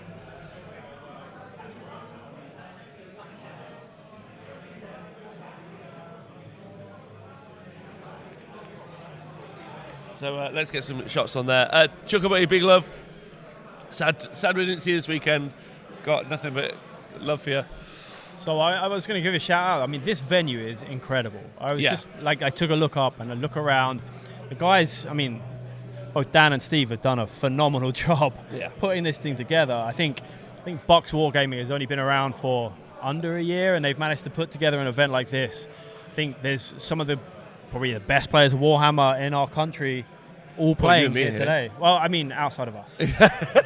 And outside of Donaldinho, who's at home. Yeah, he's in Hong Kong. Oh, of course. So with the exception of that. And then Pete, not Chuckabutty, but it's like a big shout out where you guys are watching from. And do you think Ironjawz are going to shake up the meta where you are? We generally see Ironjawz armies do a lot better than the Bone Splitters brothers, and I think that seems fair based on reading the book. But maybe there's some builds in there we haven't seen as of yet. So is this one of the first opportunities for Ironjawz to win a 2-day event in this country? Potentially. Yes. No, the Ironjawz have already won this year. A 2-day event. Yeah. Okay. And you know the person who piloted them? Leo Ratunen, who was seen on the board with the old book. Okay. With the old book, that General's Handbook. So he now probably should have never given him more power, but they have. So now everyone should fear it. So how many attacks into Kairos? 41 attacks into Kairos. Into Kairos. His fate might be woven. Might be woven. They're all like showing their behinds to Kairos as they do it. So there's a lot of contempt towards Kairos right now. Yeah. According to Relian, Ironjawz are crushing it locally. Undeadman says, yes, without a doubt, as Leo plays Southern Legion, not fun for me, lol. 8 damage. What? Wow. He's only taken 8 damage. He's got some 5 or 6 up saves. If he flies away, if honestly, we might have a game. I was going to say that. We might have a game. That makes the priority even more important right now. Yeah, really, really important. Kairos can fly out. He can cast Slothful Stupor. Yep. So the Keeper of Secrets is going to attack. It's going to hammer into that unit of. It's just going to farm Depravity now. Yep. It's just going to farm Depravity. And if he can get up to 60 Depravity, I don't think that's going to be the case because he's surrounded by 1-wound boys. So these Gore Grunters were always the target. Yeah. They were big pots of Depravity that he never went and got. But if, it's all about. I don't think he's going to be able to put another. He won't be able to put 2 Keepers of Secrets on the board, but he'll be able to put 1 on, which I just think. Naparati says, I want to face the new Uruk book with Anvil Strike. I reckon it would be a nice game. And Seraphage over in Greece says, we haven't had a tournament in Greece yet to see them up close, but they definitely seem strong these 2 streaming weeks. They do, and they've made it to the top tables time and time again. Another army that seems to do consistently well is Fire Slayers. There are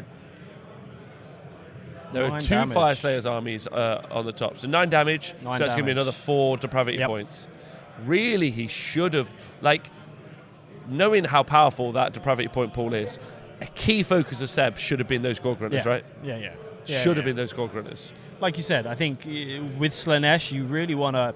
You do end up throwing Keepers away because you end up getting them back so quickly. So you throw them into the units with the most amount of wounds. And like Rob said, I think that unit of Gore Grunters was a juicy target, which he really missed. Important. Yeah, and then because the Keepers that were originally here, they should have come over here, hit the Gore Grunters.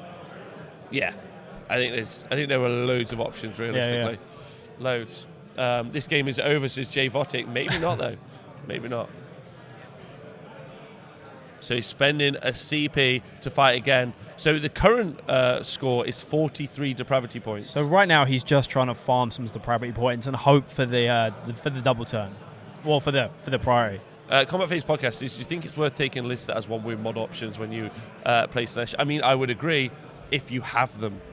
And also like the Best of Gore were a good example of what, 1 wound each, cool. Phoenix Guard are a great example of a unit that's going to be very strong, I think.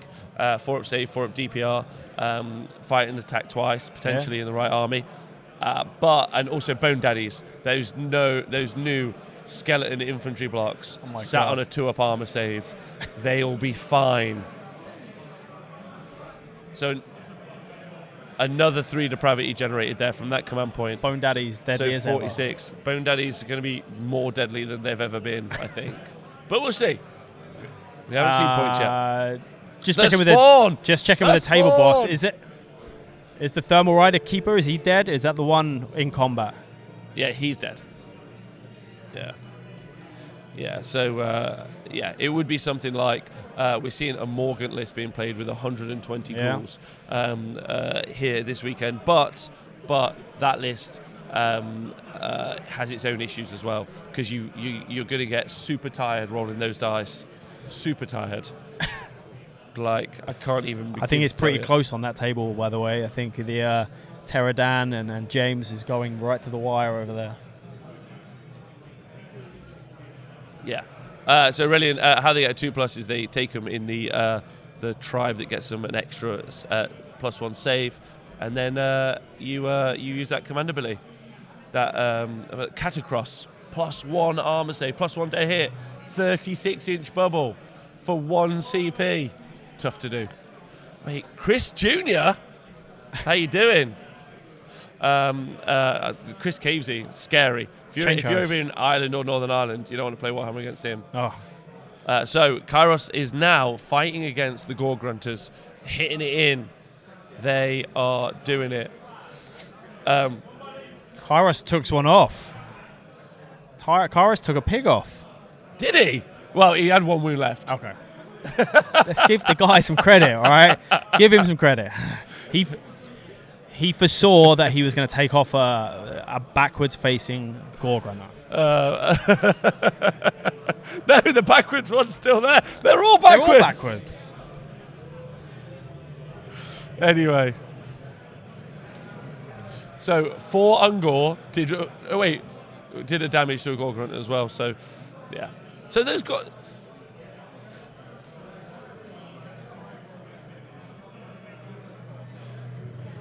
different host keywords. All right, cool. So just 3 at Bone Daddies. No worries there then. We're fine. Never mind. Don't worry, Bone Daddy's not as good as I thought. They're fine. Perfectly balanced and as intended. Fine. So we've got 1 Ungor left. The 3 ran away. I think we're into the most important stage of the game. Massive. Yeah. Here we go. Who's going to... Well, I mean, obviously. Who's going to take it out? Pardon me? 9 points. 9 points. 9 points. It's happening. It's happening. Priority roll. Red is for Leo. Blue is for Seb. Oh. Who you rooting for? Oryxa Red. The chat. Oh! Hello, ladies and gentlemen. Slaanesh, bro. Slaanesh, bro. Oh. Okay. Is he going to take it? Who knows? So Slaanesh have taken battle round 3. Does he have enough to come back? He can only put 1 keeper on the board. He's got 46 depravity. He's got a lot on the board though. He needs to score objectives. He has to score objectives. He has to start scoring objectives. He's behind on points. So like he can't summon the units to get the objectives and the output to clear the boys Correct. off. So even though he's got the priority, looks like it's got him in it. I don't think... Oh! He's just cast banishment on an 8 on that unit of... Yes, on the Gore Grunters. He's going to move them all the way away. I mean, it's the FAQ version, so Leo gets to decide, right? Yes, Leo gets to decide, but they still have to be a distance away. Correct. Away from the caster. So, yeah. Does that then put them back? So we'll see where they go. So it has to be, look outside at that. Of what, 24? That's huge. That's huge. But most importantly, what he's done is he's generated himself space, because behind the Fane is the... Great British Shaman. Thank you so much. I could see you stumped for a second. I'm so stumped. Rob is extremely tired right now. He has had a long 2 days. Thanks, man. Thanks. But he's doing a phenomenal job. I think the chat should recognise how great a job Rob has done over this last couple of days. It's fine. I can only do it with thanks to people like you, especially people like Scrivo, James, and... Are you thanking Speckles? I might spank Speckles. No, I love Spank Speckles. Spankles. Spankles. Spankle's telling me that I have Spankle's his new name, by the way. Telling me I have to take him to dinner first. So I'm only cool because I'm not even cool, but I'm lucky that the people around me support me. So, not sure that was a good idea, says Donaldinho. I'm not sure. Depends what he's looking to do. So Kairos is going to cast his War Spill, which is D6 mortal wounds. Maybe what he's going to do is, because he can't clear here, right? So maybe he'll just threaten here. The issue is that Mega Boss hit in. I still just don't think he can put enough on the board. No, and there's no way for the keeper to retreat towards that 4-point objective either. So I think it's a tricky position he's still in. Oh, and actually, do you know what? We've been talking about it all the while. So while we think Banishment is good, the one thing that we did talk about is what that Gorgrunter pool is. A giant pot of depravity that he's decided to throw away. Yeah. He's basically the opposite of an ogre right now. He saw the dinner and he's just thrown it away instead of go and eat it. And he could have been, as stated, sat on because there's 16 depravity points just in that Gorgrunter unit alone. So like the chat said, if he'd have summoned the keeper on, charged it with cogs up still, I think the keeper going into those Gorgrunters, potentially activating twice with the CP, I mean, it could have cranked up his depravity by a huge amount. If you guys would like to know exactly what's happening the rest of the tournament, you can check out the website called table.to and look for Bloodshed in the Shire 2019. Then you'll find the army list and you can see how some of the people are getting on. So the Chronomantic Cogs, which has been cast, but is behind this Fane up here, that is giving you +2 movement and is moving across them, and then it's keeping it sped up. So he doesn't really have anything to speed up. He actually only on the board right now has a Spawn, a Keeper of Secrets, Kairos who's wounded, Keeper of Secrets who's taken 10 wounds, and a Great Brave Shaman. That's all he's got. He's got 46 summoning points. Yep. But that's all we've got on the board. It doesn't seem like tons. No. So the Keeper of Secrets has cast Mystic Shield. Well, has had Mystic Shield cast on it. He also has lost access to Slothful Stupor. Potentially. Because that was... I think it was on the other... That was on the General. Yeah. So losing that is actually really big. Interesting. He's got 1 command point, if I'm right. Leo has got 0. Yep. So he's going to be able to make something fight twice, but only the one thing. And he won't be able to activate the Realm Command ability this turn either, Leo. So he won't be able to smash and bash or anything. Yeah, there'll be no strikes first. There'll be no Heesh. So we're in the movement phase. So it's going to be the end of this that we see the summoning. And this is where we're going to see the plan unfold. But I got to say... Sorry, the Thermal Rider's dead, so he can't retreat from that. Nope. No, he's locked in combat there. He's definitely going to be fighting. But I think what he might try and do is put a unit in here, put it there. Yeah. And then use the double locus and just eat everything around him that he's able to do.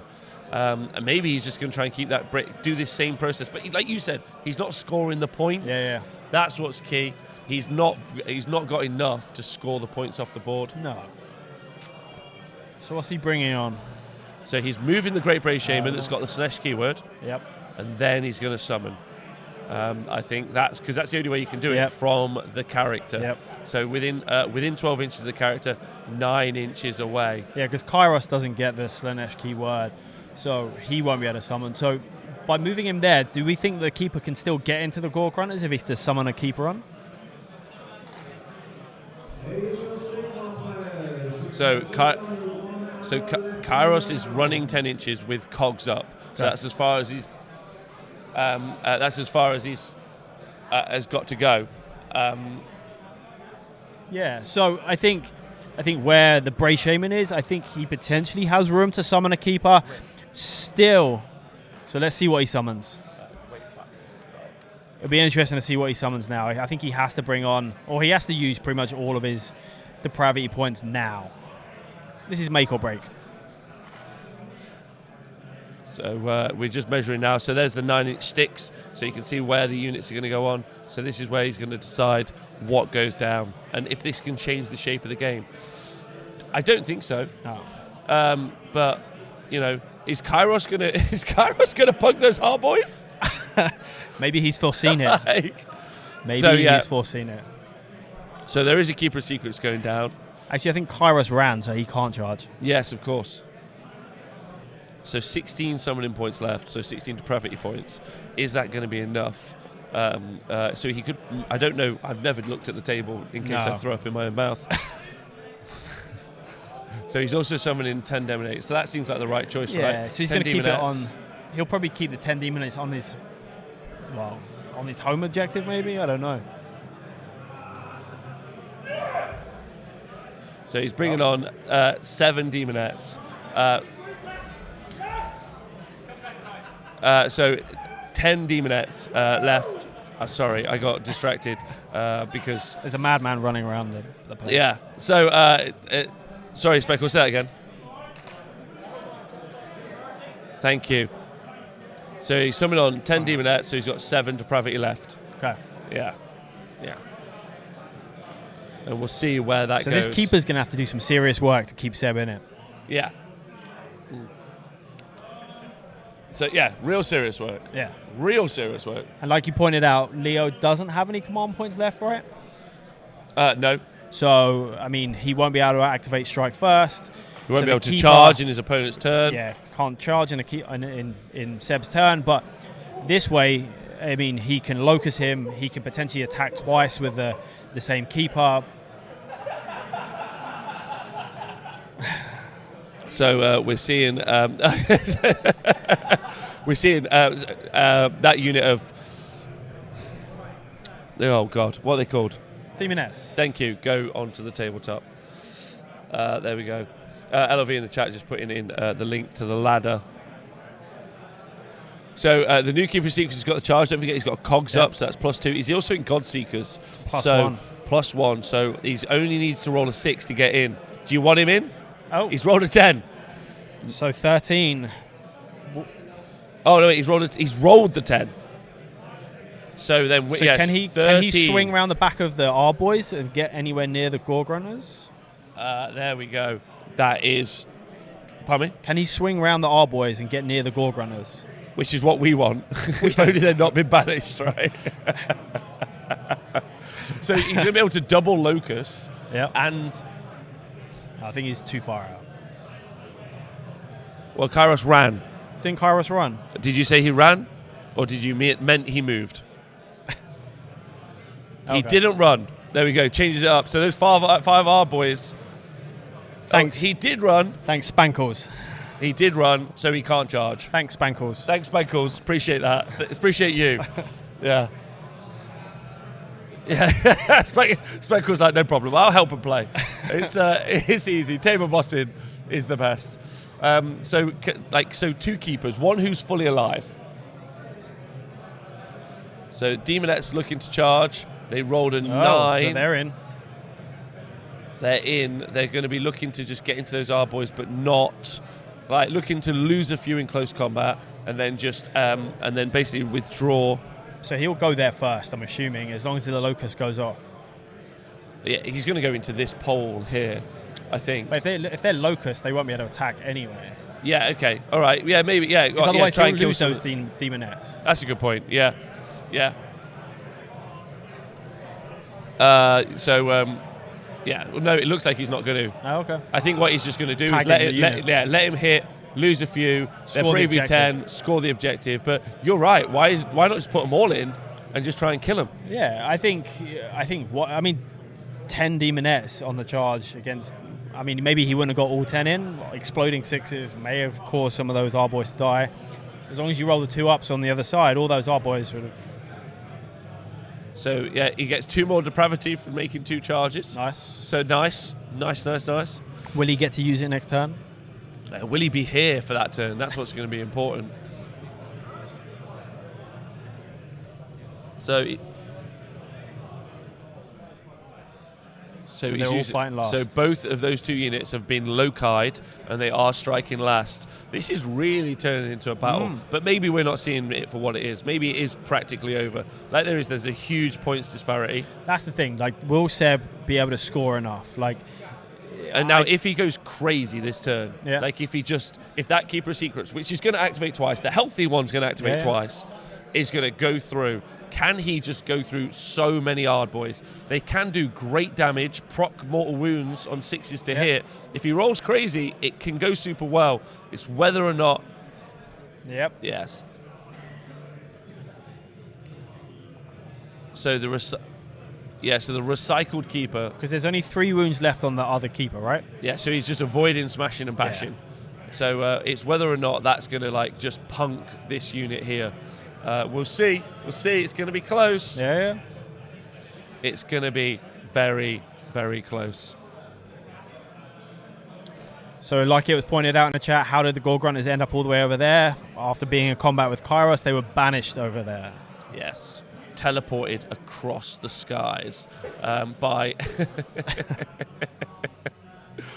by the magical supremacy of Kairos, who survived their charge. Yeah, he did. That actually impressed me. I wasn't know. expecting that. His hatred for bacon was so strong. So strong.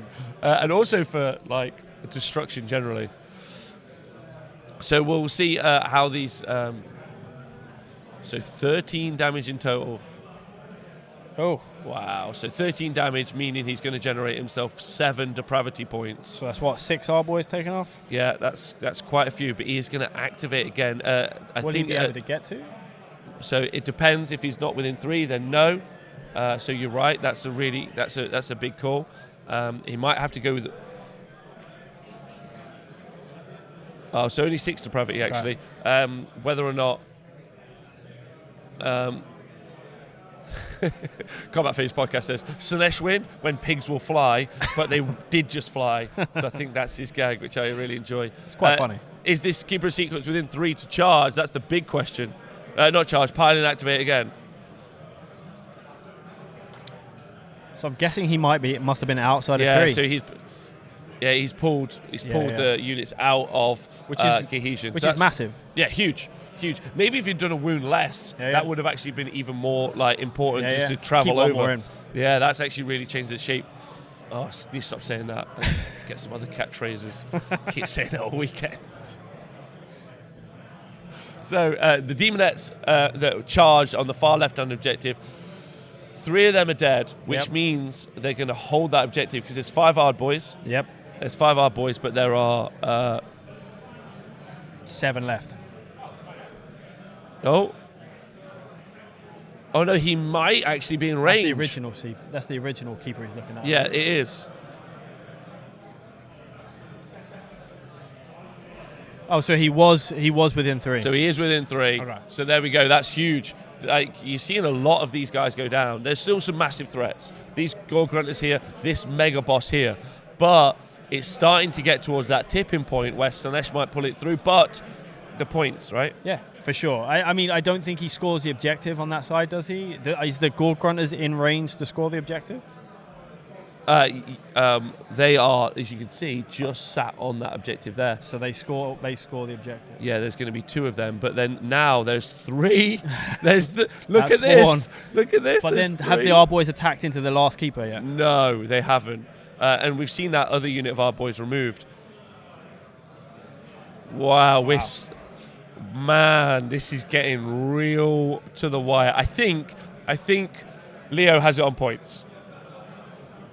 But there's still 2 turns after this where that big threat of that 4 points at the back of the board, if he can push through, he's got 19 depravity. We want to see Gronk in a fight. Is it Gronk? Grok, the Grok. Grok. The Grok. Yeah, can we see the Grok? We want to see Grok in battle. Yeah, he's eyeing up that charge again.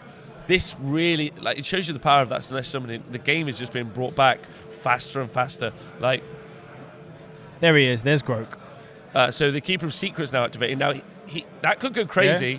It's not doing anywhere near as good because it's super wounded. But there aren't many R boys left, and it's important he takes every one of those out. I was going to say, he needs to take off all of those R boys, because if they swing back and take off the Keeper, that's a pretty big loss. Really big. We need to know how many Gore Grunters are on that objective. Is it 2 or 3? Looks like 3. But 6 damage done by him again. There's still 2 left. There's still 2 left, but that's only 2. Oh, man. But there's only 3 wounds left on that keeper. Oh, man, this is... Are those our boys still got +1 damage? So the Demonettes are gonna activate into the Ard boys that attack them. So the 2 left still have +1 damage. Ah. So yeah, but they've got, so in total that's 4 attacks. 4 attacks total. Yep. 3's threes. Yep. Rend 1. But if he takes off there's 3 Gore Gunners on the objective. So he's right not going now, to take this objective this turn. unless he kills the keeper. Yeah. Well, Oh, no. sorry. I mean, yeah, he won't take it. Yeah, Seb won't take Yeah, the objective. So Slaanesh won't take the objective this turn because there is keepers in the way. So very, very close. Very close. Those Gore Grunters are holding him off for the time. And obviously Leo gets to score in his turn, which he hasn't had yet. The Demonettes did 1 damage, almost killed 1. But now it's these 2 Ard boys. Can they do the work? That's the real question. I think all 4 we're attacks. waiting here for is for Groke to get into combat. Yeah, the Groke to get next turn. Oh, they didn't do it. Wow. Oh, man. Okay. There's a game of Warhammer on. There is a game of Warhammer on. There's a few game of Warhammers going on. Yeah, but this is the only one I care about because it's the only one I'm watching right now. Like, I mean, that's all that stresses me out. I'm sure there are other interesting games happening all around the hall, as we've seen all weekend. That's what good events produce, but currently... This is the only one that matters. Wow. 11 to 14. Man. Oh, right.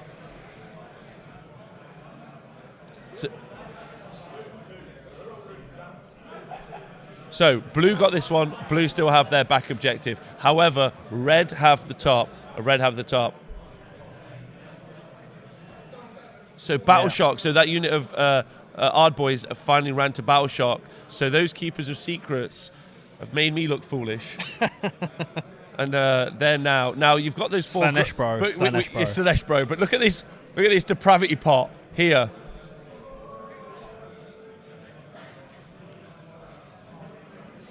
So 3 CP for Ironjawz, commanding terrain, the fungoid, and the turn roll. So they're sat there. They can always strikes first, and they can do +1 damage on the Gore Grunters, and they definitely could go in here. And then I imagine plus damage on Grok, on the Groke. Oh, go on, Groke. Yeah. Donaldinho pointed out in the chat, he thinks that banishment may be the key piece that lost Seb the game right here. I think... No, because he then would have had to put the keeper in here, right? Yeah. And I agree. He's points against it now, but don't forget he can potentially, because of summoning, he can score 9 a turn. So games at turn 4, turn 5, he can put 18 on the board. Yeah. Whereas Leo now has only got this 5. He has another unit of 5. If we get our table boss or someone to help clear the dead pile off the board, so we know where things are alive, that would be cool. Because I mean, what makes this interesting is if the keepers survive at the top, and with the amount of attacks that the Gore Grunters do, it's unlikely. But if they do, and Seb gets priority, it's still a game. So this unit of our boys. With Mighty Destroyers, killed the unit of Demonettes in the charge, in the hero phase, and then they're going to pile in, I think, into Kairos. But I think Kairos might still live. Yeah. The issue is the Great Brave Shaman. Yep. The Great Brave Shaman, because if he lives, if these Gore Grunters go here and just farm, they should just skip it. No, they can't, because then he comes in there. Who knows? Leo knows. So Misty Shield's attempted to be cast, it hasn't gone off. Yeah. I kind of want to see what Groke does, though. I want Groke to go in. I want the Groke to go in. So yeah, we type it, the Hand of Gork, and Kairos did not stop it. Who's going in? He's going to put 1 model on the back objective. Yeah. Well, he's going to maybe charge the Brave Shaman. Yeah, with the War Chanter. Yeah. That's fun. That's really fun. So he's just outside, so he's not within scoring distance right now. But he has got Plus plus 3 2 to charge. and plus 1. And then plus 1 because he's an Ironjawz. So he could go in. And we can see a War Chanter beat up a Brave Shaman. Has he got plus 1 damage on him? No. He does. Oh my He does. god. No. Oh, no, That's he Groke. doesn't. Groke and the Gorg Runners have got plus 1 damage. Oh, okay. Yeah. Well, he's got 3 War Chanters. Yeah. So there are 3 units he can buff. So yeah, this is just this is real tense. But I still think this is what Age of Sigmar is all about. Storytelling at its best. Storytelling. Yeah, we are in the narrative. We are. I mean, who says so? Thank you so much. Yeah, really, really close at this stage. Hot off the press. Do we think that charge? Also, can we just stop having models charge backwards? Come on. I think Leo's doing this on purpose now. Yeah, it's fantastic. The OG Keeper isn't the flying OG Keeper. So the Groke. Do you think this is part of Leo's narrative? Is that everything goes backwards? I think he's intentionally made this as tense as possible, just so he can stick the Groke in. Yeah, if he gets in, apparently it's the first time he's been in combat. Do we think he's going to fail the charge now, though? After we said that. Well, he can't. He can't fail it. He's Ironjawz plus 1, and then he's also got the chronomantic cogs are up. So there's a current. So Scrivo's ruined my narrative. He said backwards models are there for practical reasons because they're 2.8. I like to think it was storytelling. I disagree with Scrivo completely. I think it's part of the story.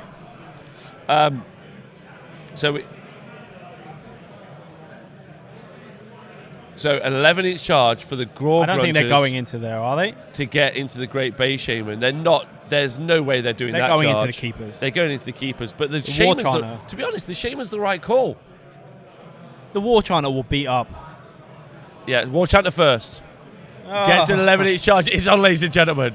Who wins? One drum banger versus one weird goat boy. Yeah, that's the real hot goss of the battle. I wish he had plus 1 damage on him. I wish he went over and just smote him. Just a War Chanter and stood there like a hero. Oh my! Oh, that's the game. Oh, there you go. That's right the game. So because he doesn't have to touch Kairos because Kairos is not a Slaanesh hero. No. So you don't actually have to touch him. So a 16-inch charge from the Ard Boys. So they get naturally plus 2. Cogs give them plus 2. They got plus 1 from being an Ironjawz. So that's plus 5. Yeah, and they roll an 11. 16 inches to be from here to there. Oh. The Mega Boss has rolled an 11. It's on. It's on. Oh my god. It's on. It looks like he's finally got it. Now it's Seb's just got the no Gorg Runners. CP left. Seb's got no CP. Leo's got 2, so he can activate twice. So he can't use the Realm of Command ability. No. So if both keepers die, and this is the alive keeper, if both keepers die and the Brave Shaman guys, he can't summon anything. If that isn't the case, they can swap objective places here. The pigs have got a 13-inch charge. Oh, lordy lord. The thing is, so even if the Gorg Runners go in, and they don't even have to because they score the objective, but he can smash and bash by beating up the Great Brave Shaman down here to get rid of any locus on the Gorg Runners. Yeah, man. Yeah, he can. So close. But it's all down to these combats as well. We see the R boys. We thought they were really going to go in and do the work, right? And maybe that's just because I saw them in the big while last week with the 2s and 2s. 2s to hit, 2s to wound. But this week, who knows? These units are going to get locust. So get to the chopper, 16-inch charge, throws up in his mouth. Not happy about it. It's just too strong. Hashtag ban Ironjawz. Yeah. So it's whether or not. So the story of this turn is do these 3 heroes live? Yep. No. You don't think so? No. Okay. I'm going to take a punt, and I'm going to say you're going to go no. The Great Brave Shaman is no longer well, do you know this what? world. I think that's a good point, MJ Pegasus. So 1 mortal wound from... also the War Chanter's gone in as well. Everyone's in. And can we Everyone's just there. say that Leo obviously got serious now because all the Gore Grunters are facing the right way. So the Ard boys are fighting the Bray Shaman. Yeah, so that'll get smashing and bashing. Activating. I'd probably go Gronk next, or Grok. The into Grok. Yeah, him next. And then the Gore Grunters last, potentially. Yes, I think so. Because I think you could hopefully rely, what he's probably is a smart play, is all like, so the pigs activate, try and kill this one off, and then these three also try and do as much damage here. That allows, that if this for some reason doesn't die, the War Chanter can attack, and if he does, the Grok can pile in 3, attack. Well, I think Grok kills this guy. I think Grok kills the one with 2 wounds left. I think the pigs can then pile in more pigs into range of the... So the Bray Shaman's got 4 saves to make. He's dead. So that back objective, that might be the swing. And they're smashing and bashing. 16-inch charge. Leo going to be over the moon about that. Over the moon. Was it 3d6, right? Yeah, because he'd used the drum beat, right? Yep. 3d6 for the drum beat to go faster. +1. So Stephen OS Grunters get +1 to hit if they're facing the right direction. I don't know if it's a baked-in rule. I think that's a in the book rule. In the book that's rule. In the War book Scroll. rule. Jervis put that in the back of the War book. Scroll rule. And so we now are going to watch.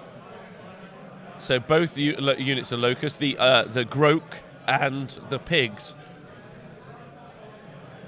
are Locusts. Who's going first, the piggy or Grok? Interesting question. And because of are. smashing and bashing, so really showing the power of the Ironjawz. Maybe that output's lower than the Big War, but having Ironjawz allegiance with smashing and bashing, It's huge. change the shape. I think of it. as long as Slaanesh is in the meta, then I think smashing and bashing is massive. Yeah, absolutely. Yeah, agreed. We'll see. So the pigs now, they've got +1 damage. Yep. They've charged, so they do D3 from the Grunters. Yep. But the Grunters don't have any rend. Yep. So that 4-up save on that Keeper could really keep it in the game. So everything from the Gore Grunters is going into the summoned Keepers. So that's 3 attacks for each Uruk riding. And 4 for the 4 for pigs. each Gore Grunter. So each Uruk there, so that would mean that there is going to be 12 attacks from the Uruks, and there is going to be 16 attacks. And the pigs are doing D3 +1. D3 +1 damage. So it's very unlikely that Keeper of Secrets stays alive. But if it does, this board blocks. Mr. Lee Bromley in the chat, facing the wrong way. Is that what they call back bacon? It's comedy gold right there. And it's gone. 12 damage. So now it's the Grok Does he against finish the the game? enemy. Does he Can finish the Grok finish the game? Can he finish it off? Who knows? Yeah, it's more depravity, but no characters to use it, which is why people take 6 characters, not 3. The Grok's going in. How much damage can he do? Come on, Grok. Mega boss. This is your rule time them to all. shine. This is like his one opportunity to get into combat. I Is he think- going to fluff his lines, or is he going to Is this the go live? straight through is to the this- end credits? Yeah. Is this the live changing of the baton? Oh, this he's is dead. Yeah. Is he dead? We're watching the meta shift in front of our Yeah. eyes. This is Slaanesh handing off the baton to the Ironjawz and saying, "This is for you." 3 left. Oh, Wow. So the Mega Boss only did 3 damage. Only 1 Wow. hit. so it's down to the War Chanter to finish him off. So he's still alive. He's still alive. Wait, it's still alive. Come on, War Chanter. The War Chanter's hit 3 times. 2 saves. No rend. 4 up saves. Ah. Are you... Grok. It's alive. Grok failed. He fluffed his Grok lines. Failed. What? He fluffed his lines. The greatest story of our time. He This had keeper- the opportunity. This to, keeper has just been... at one point he was surrounded by like 40 yard boys. He's He's just waded through orcs. He's just pushing them away. he just doesn't care at all. Yeah, this is correct. This is the Grok choke. So sheep are more powerful than pigs. Fact. What the hell? This is the Keeper of Wounds, correct? Oh, he's attacking the War Chanter because he's got a lower save. Yep. So all of his damage Depravity. is more likely to go through, farm that Depravity. He's, by the way, only needs 4 more Depravity for another Keeper. So if he kills the War Chanter, that's enough for 1 more Keeper. Yes. I think he's dead. He's dead. This Keeper of Secrets won't stop. This is a travesty. Keeper of Sheepish. He's got 31 to Depravity. So he's got enough for a Keeper. Will he get the turn to bring another Keeper on? Oh my God! Right, so we got the priority roll in a moment. Don't think that anything's even got a roll of priority. And score it up. Leo, by the way, has done a Yahtzee. He's got the board. I think he's probably too far ahead on points I think anyway. this is game, but I think 9 points again. So it's very, very close. But we have got the priority roll. The Keeper of Secrets heals D6 because it killed a hero. Have you read their War Scrolls? They've got quite a few rules on there. Leo does have this bottom objective. He's now got 9 wounds. He's back to 9 wounds. What? 5 wounds left instead of having 1 left. Priority. So Leo destruction. So this game.